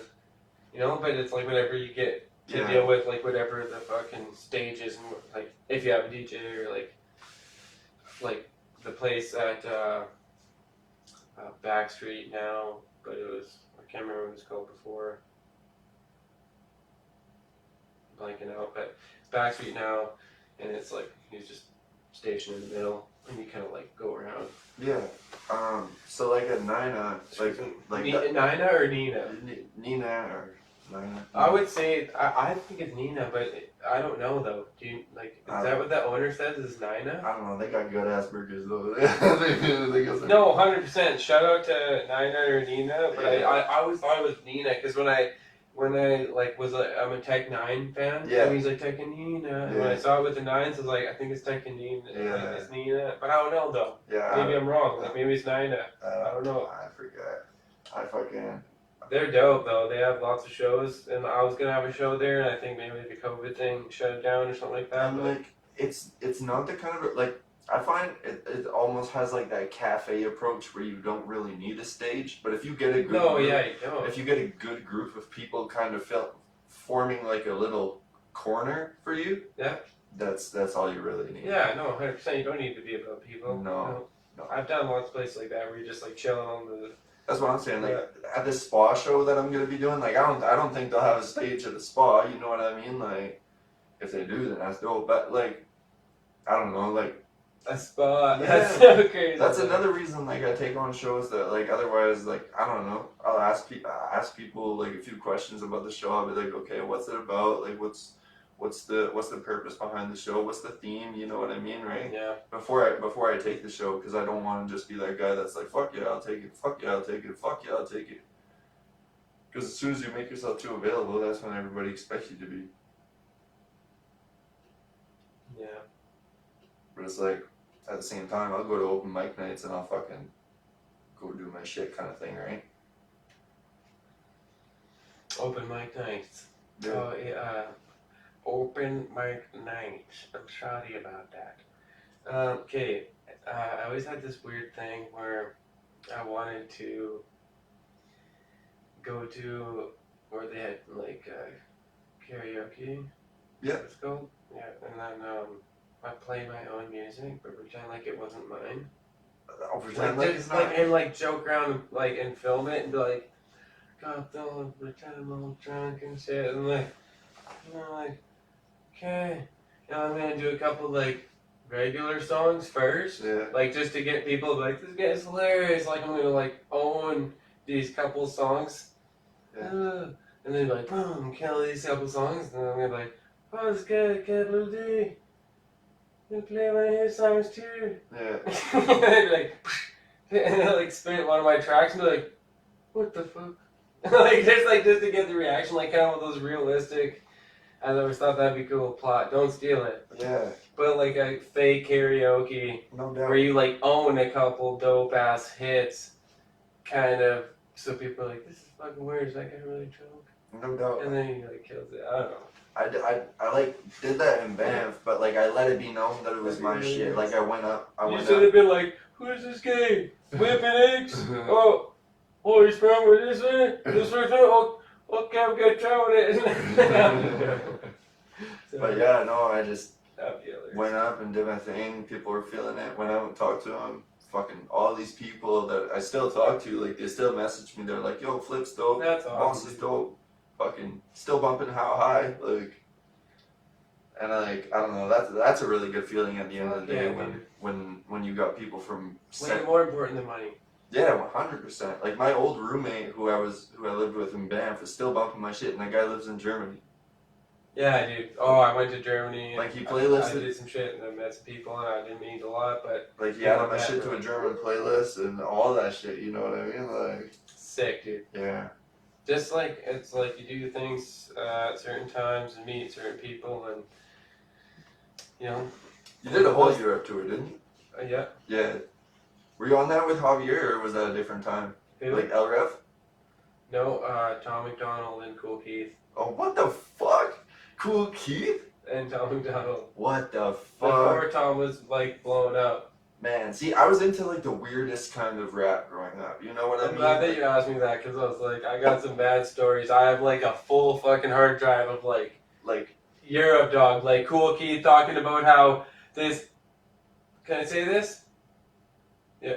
Yeah. Sorry, I don't mean. No, you finish what you were gonna say. well, I was just gonna say like guys like Uncle Gordy and fucking just weirdos, just fucking complete fucking weirdos. I love King Gordy. I loved that kind of shit. You know Yeah. what I mean? King Gordy and Bizarre is pretty cool. Yeah. I like King Gordy more than Bizarre, but they were like, they're kind of together. The whole horrorcore genre as Love a it. kid Love was my fucking.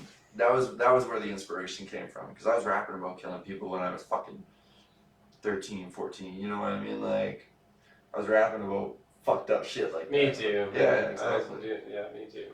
I still kind of do, or like I try to keep it a little bit more. I would if any Yeah, like, a horrorcore little bit artist different. hit me up, like any local or even not local, 100%. and they were like, "Yo, you want to like for old time's sake?" I would be like, "Oh, I am gonna fucking piss some course, man. people You off." just with gotta this keep one. grinding, keep grinding. I'm sure things will happen with Yeah. people. I think that's what I think with my shit too, man. I think over time, someone's gonna reach out. 100%. 100%. Like, you look at it now, and like, no cocky shit at all by saying this, but like, you look where we were fucking, where I was 6 years ago when I started, and I was fucking too scared to move on a stage. I was fucking monotone as shit. I couldn't engage with the crowd for the life of me. And now you have me coming out. I'm like, yo, fucking, I do my whole first song. Then I introduce who the fuck I am. Then I'm like, let's get associated with each other real quick. I'm gonna need you guys to say, I'm gonna say real weapon. Y'all gonna say X, real weapon X, real weapon X, all that shit, right? And then fucking like now that I have like the balls to go out and do that shit, I don't know. It's a really good feeling. Like looking where you came from as opposed to what the fuck you can do now. And like how live you can get a place now. And like shit like that. It's my eyeball. Oh. I That's- hurt my eyeball. And that's something you've always been really good at too, is like crowd engagement. Cause like even Yo, thank you, man. That's what I take pride in. Is You- that in even when you and just a loud, annoying person that kind of, sort of can get some people to react. even when you and like that was actually some of the first shows I seen was like when you and Alberta Murderers were doing like Halloween shows and shit. You had us on that Lacombe show. Oh, that was awesome. Oh yeah. Oh my god. That Yeah. was way back. Yeah, and Jesus. I got a golden gun. This bitch calls me James. Oh Like, my God. I was like, okay. Like, Murderers. hell Dude, yeah. I wanted to do a video for that, and I kind of wanted to re-record it because I could do a little bit better for that verse. But like when we write it, I just kind of respit it. I mean, I re-record it. Yeah. And reproduce it, and the video would have been cool. Yeah. Right? Like some James Bond shit. Yeah. Just, I don't know. Yeah, no, I go back and I listen and now I'm like, man, this was well Thank you, man. Like this is well described by everyone. Like, Oh yeah, like, yeah. everyone's Ali verse B was and Chinita did great. everyone's yeah. verse was fucking tight. I on think that they record. did better than I did. They fucking killed it, man. Honestly, you go back and you listen to some Ali B shit. Ali B my killed it. mind fucking boggles. Like I'm like, holy fuck. He is good, man. He's good. He kills it. Mhm. He takes time with his music for sure. Mhm. 100%. What were you saying about Cool Keith? I wanted to hear that.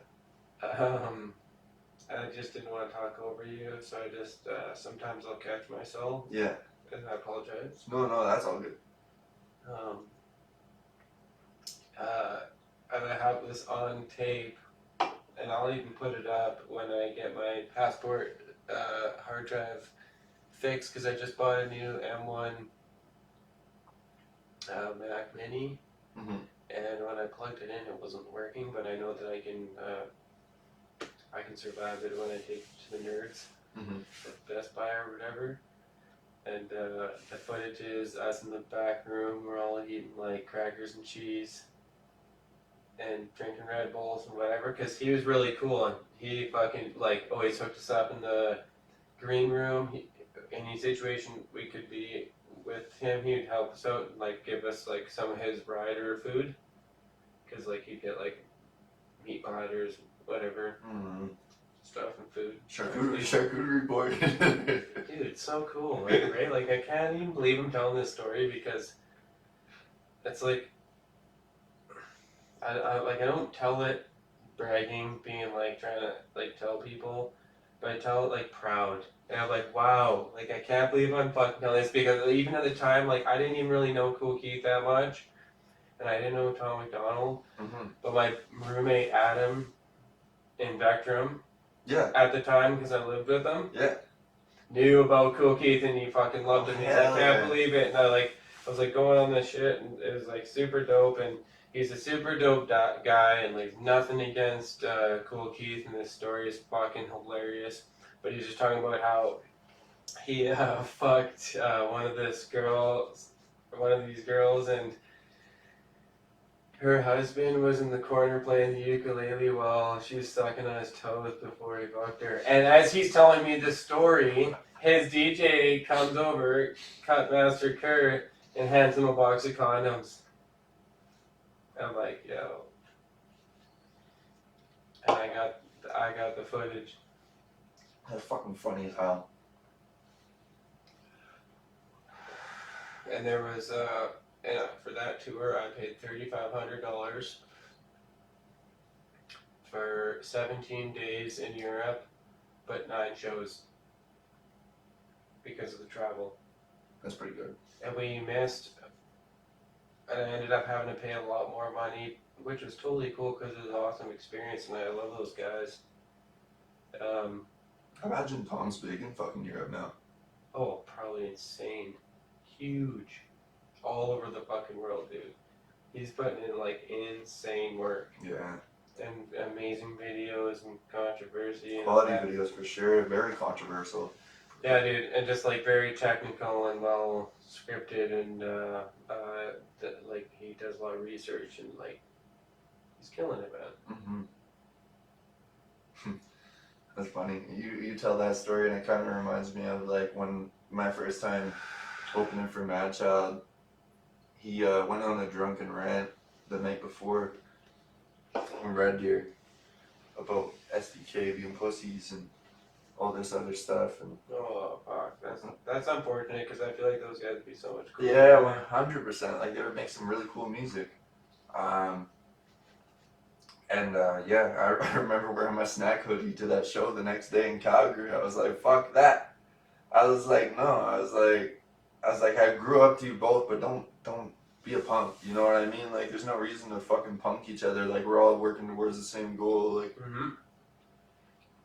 Oh my god. Well, this was after the whole Snack and Mad when the Child whole shit. thing happened, like, sorry, Snack for one. Like, it's no fucking, like, dude, Snack one, sorry.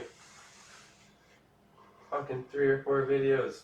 He understood. Songs, like, he won 4 times. He understood. He won 4 times over. Yeah, he understood what the fuck he needed to do for sure. Like, he knew entirely what the fuck the purpose of the records were, and I think the difference is Snack kind of came up from the whole battle, fucking that kind of shit, right? And then you look at Mad Child, and he's kind of just been doing records for years. You know what I mean? There's no battle history or anything along those lines, other than fucking. So the way I view that feud is like Snack or Mad Child got another beat, and he just kind of did what he does. You know. He only did 1 though, didn't he? Yeah, and there was only 1. And then Snack did like 3 or 4 though. Yeah, there was 3. So how can anybody consider there's a fucking win or loss on, or how could anybody consider Mad Child fucking won? I don't get it. Because he did just like a fucking 40 bar or 80 bar song or whatever. Yeah, it was like that's all it was. It was just like a long verse. Long Wasn't verse. it? Yeah. Yeah. I think there was maybe a hook, then a long verse, and then a hook to end it. Yeah. Which I like for diss tracks personally. Oh, 100%, but I don't know, Snack fucking... But yeah, he fucking Snack killed that shit. And I Snack, like Mad Child too, but I like Snack more. Snack influenced me so much growing up, man. Like when I was still fucking using downers and like all fucked up and not even myself, you know what I mean? Like didn't even know who the fuck I was.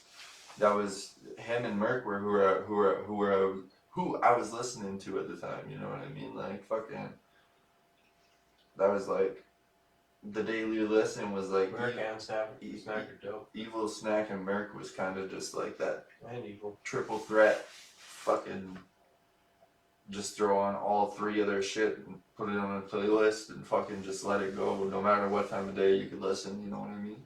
It's like yours and Blaze's music, like, it's just kind of that timeless shit, you know Mine's what I mean? shitty, man.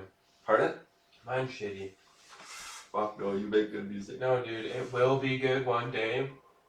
And when that happens, then I'll make money, and it will truly happen, because we'll be able to truly make it. How an artist makes it 24 hours, like 8 hours a day, grinding. And I'm not there yet, and I'm okay with that. And I will be there one day. And I'm totally okay with that, because that's why I'm doing this, you know? That's why we're doing this, to try to build it up. So, like, I understand I'm not there yet. I'm trying and I'm working my ass off, and each song and verse, I get a little bit better, you know? That's the best you can do, is just, like, accept it when it's going to be your time. It's not my time yet, and I'm cool with that. I wrote this verse the other day where I brought up, like, Teddy Pendergrass, you know, like, the guitar player. What's he from? He's a fucking, he's like, just like a famous, Just, like, alone on his own? yeah, like a famous ass No, I guitar haven't player, heard like of Teddy him. Pendergrass, like, just fucking.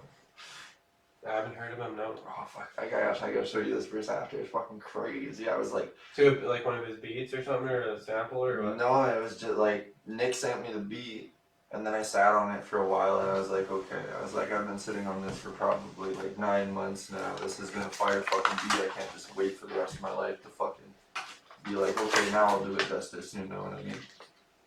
Hell yeah, fuck with the strawberry. Candyman in the podcast.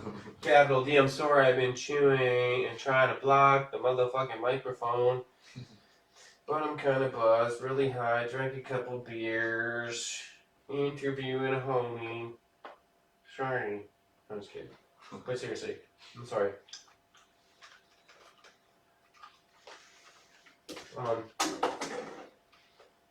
Yeah, man. My fucking hurdles trying to learn how to do this.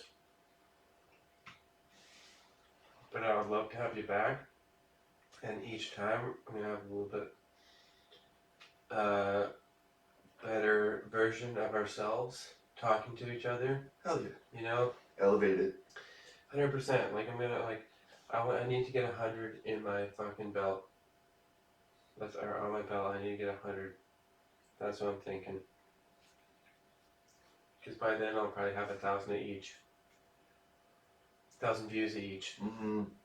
You know? Just of the podcast. That makes sense. Like, I feel You like... know? And they're gonna promote it. Each person wants to share it. Like, you know, it's like I'm asking questions about you. I'm trying to let the crowd know about you. Yeah. And whatever you ask about me, it's cool. But see, make sure you're doing this with people who are gonna like actually come back and watch all the episodes with all the other people too. You know what I mean? Like, yeah, whoever they want. That's what I'm trying to like who they are, like tattoo artist, rapper, fucking local this, local that. yeah, that's cool. Like Have walks of life. Yeah, I like that. I like that a lot.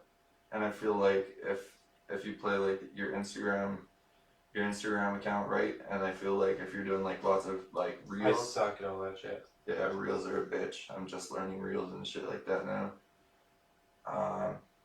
It's weird. You get used to one fucking thing. I'm admitting it. Yeah, we're admitting it. We gotta be a fool before we're a master. Yeah, you get used to one fucking thing, and then it's like a whole new thing that you have to do just to get like fucking 1,500 views. You know what I mean? Like, as opposed to your fucking 400 or whatever that you might get. You know what I mean? Like, yeah. I really try not to let. And I understand how that shit can like boost or lower your confidence, but I try not to let it like really bother me because I just like know that I'm growing. yeah. You know? And like my big thing is like reminding myself that my art and my message will reach the people that it needs to if I'm doing what the fuck I need to be doing.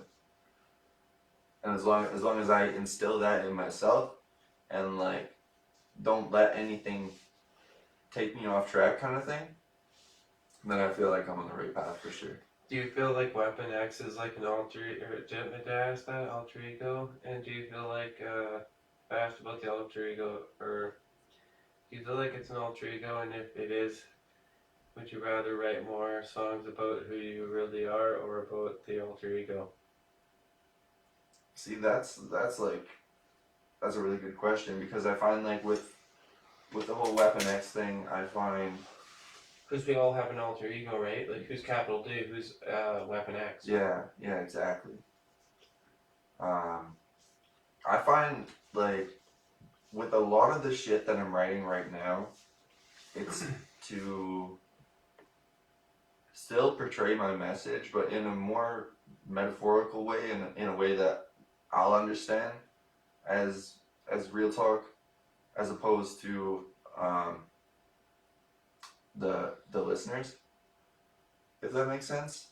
So like, yeah, it might seem like a very hype song, but that song is still very real to me. Like How High, that song means the fucking world to me. Like, and people probably just think it's like just a quick bop that I wrote kind of thing, right? But like even Flip, Boss, I was going through some really fucked up shit when I wrote both those. And yeah, but do you think how many songs do you think you write are more close to yourself or the alter ego? See, I feel like right now, 50-50? right now, it leans more towards the Weapon X, because I'm trying to keep it hype. I'm not trying to get down on motherfuckers. Oh, you don't always have to be down on yourself, though. No. If that's what you're like thinking, that's your own thing. But you don't always have my advice. You don't always have to be that way. Yeah. You could have like the hype shit, be yourself too and be positive yourself and not have to have it be an alter ego. But I understand that's where people put on a name over themselves for a reason to mask certain things. Yeah. Maybe that's what I'm trying to say. I don't know. Cause like I You know? got a What's lot. the alter ego? I got a lot that I work on that I'm not gonna record for a very, very long time. Just because of the sheer fact that they fucking mean so much to me. You know what I mean? And then I got the other ones that still mean the fucking world to me, like Boss and Flip and my next one I'm gonna be releasing. And like I don't know, I find those are the ones that like the beat is up, the tempo's up, like everything's really fucking energetic, like everything is up for it, you know what I mean? Like and then you go to my other records and those are ones where like I just kind of Shit. Crazy. it's more pop rap. You know what I mean? Like it's more of a fucking Yeah, you do a different bunch of styles, but you lean more towards Weapon X than yourself. yeah, I like that bouncy shit. Yeah. Like if a beat's bouncy. And so you're you're kind of saying that when you're the alter ego or Weapon X, it's more a certain style that is like positive as opposed to yourself. Yeah, and likes to take people on a fucking high because shit's already so negative in life. You know what I mean? That's the way I view it when I'm writing music. It's just good to escape, kind of. Yeah. I think that's the alter ego, right? Like Yeah. that's the thing, right? That Like, makes so much sense. When I have my fucking Yeah, fuck. 20, 30 people at my show, right? When I have the 20 or 30 people that I bring to my show, I want them to get fucking immersed in the experience. You know what I mean? Like forget that you're there for 20 minutes. Forget that you're there for 20 minutes. Yeah. Just fucking get lost Yeah. in what you're viewing. Yeah. And like that's really what I try to go for when I'm performing for even people I don't know as well. It's like I want to capture you in this fucking moment. Yeah. I think when I have a show with a bunch of people I interview on the Pyramid Podcast, Hell yeah. you know, like me, you, King Dylan, a bunch of other people. Hell yeah. Just try to like fucking network and get a bunch of people at a show that's like a real production. Be fun. That would be cool. Yeah. I went to like this Push. I went to like this fashion show thing that they had last Hold on 1 second. Keep going. month. Yeah. It was like it was just one of those kind of things where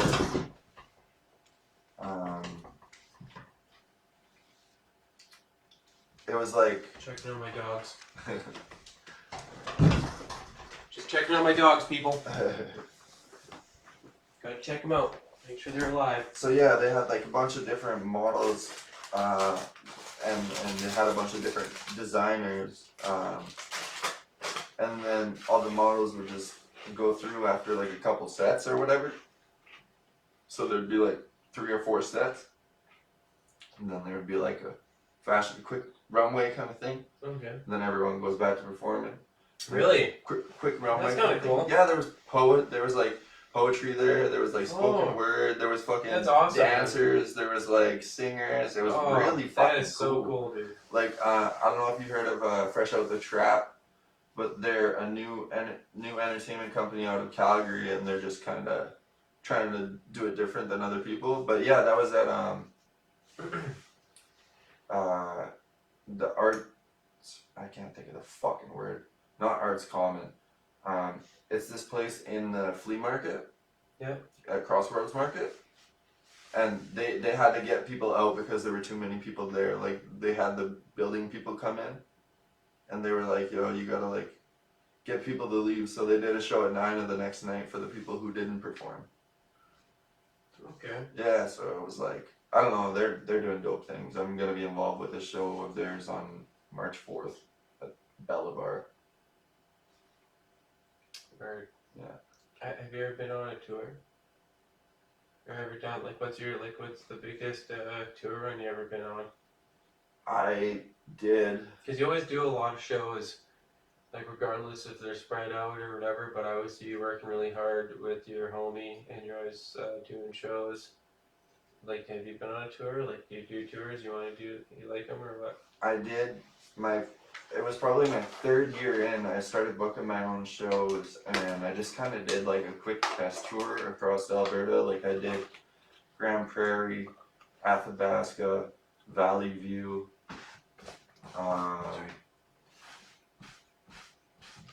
Calgary, Edmonton, Red Deer. Sick. Alberta shit. Yeah, just real Alberta shit. And then there was a couple other ones I can't remember exactly what they are right now, but yeah, I set that all up for myself. I did all the booking myself. I got all the artists all set up myself. That's awesome, dude. All that shit. That's what I'm saying. You work really hard. Yeah, I've taught myself how to do a lot of things over the years, and also Christian has played a really big role in that as well, and me as well for What's his rap name? For his growth. Christian Archibald. Where you all don't know, he works with the homie here, Weapon X. Yeah, 100%. And they do a lot of shows together, and you guys should check him out. What's his last release? His last release, he released a song called Cincinnati last month, or this month. Okay. Yeah. What's the last song you did with him? The last song I did with him.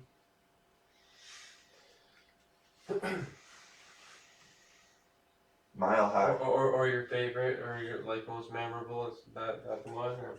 Mile High was like the clubby one that we did together that I just... Weapon X? Yeah. Or Golden? Yeah, Weapon X. Like I was just on some like toxic... I always feel like I'm going to anchor off that when I talk to rappers about the alter ego. Yeah.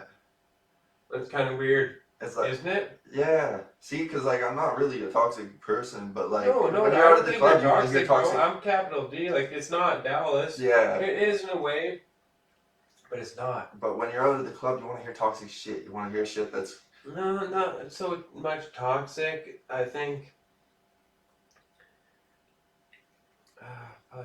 Maybe it is. I guess I don't know. Like you know what I mean? It almost brings up that topic of me saying earlier that being toxic and savage and feral and all these fucking things. Why do people love Scarface, and love gangster movies, and love fucking just like hardcore shit or horror movies or like really? Horror movies are dope though. Like, people get like I love horror movies. I love fucking gangster movies. That's what I'm saying. But have you seen Power? Probably maybe an episode or two. Not enough. It's worth it. Yeah. Yeah, it's fucking worth it. Like I said, like. Do you like Breaking Bad? It's not gangster shit, but do you like Breaking Bad? I haven't gone into it. What? No. Oh. Every time I see him, I'm just gonna be like, oh. I'm just getting a bit serious. Fuck. I watched Better Call Saul. That guy's hilarious. Like the spin-off of the... Yeah, that guy's dope. Yeah, he's fucking funny as hell. Yeah, fuck. Well, man, I fucking appreciate you coming over. You know? I appreciate you having me, thank you. Yeah, dude. And, we definitely will have you back. It may be here in the living room. It may be out in the garage. We're gonna get the garage set up so it's a permanent studio to record, to fucking make music videos, to podcast, whatever I can do. I just wanted to start it up and try to get use of all what I can. So once it's actually set up, I'm kind of like already a little bit weathered and setting everything up, and I appreciate you being a part of that. Hell yeah. I want to have you back.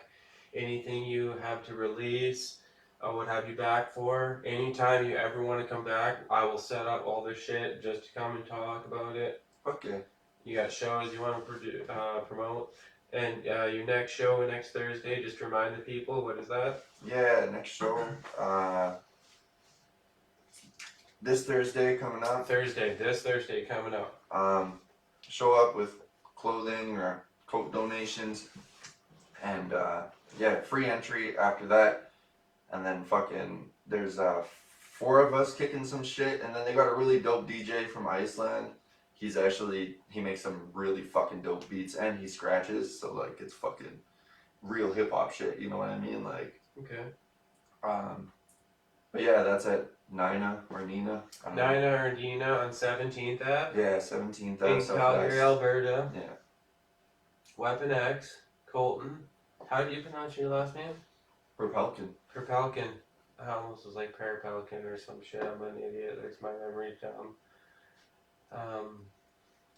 You guys gotta go check that out. It's gonna be sick. Donate your leftover, or not your leftover, the clothing that you don't wear. You know, everybody has like some shit that they might not wear. You know, it's still like in good condition and someone else could find worthy. It's a great donation. It's a great cause. It's fucking so close. It's like a week away. Like, what is it? Yeah, it's a week away. Like less than a week away. Yeah, less than a week away. I think so like 5 or 6 days away. That's awesome reason to go to a show. Fuck Even yeah. if you're not even down with rap music, just go there and donate your clothing. Like, come on, people. Yeah, 100%. It's Hey. always a good time. Yeah, dog. Well, I appreciate you coming. We're gonna get another episode from Weapon X or Colton, the alter ego, capital D. Tell us, who is it? Pyramid Podcast. Thanks, guys. Okay, hold on. We're still live. Stop that. Hell yeah.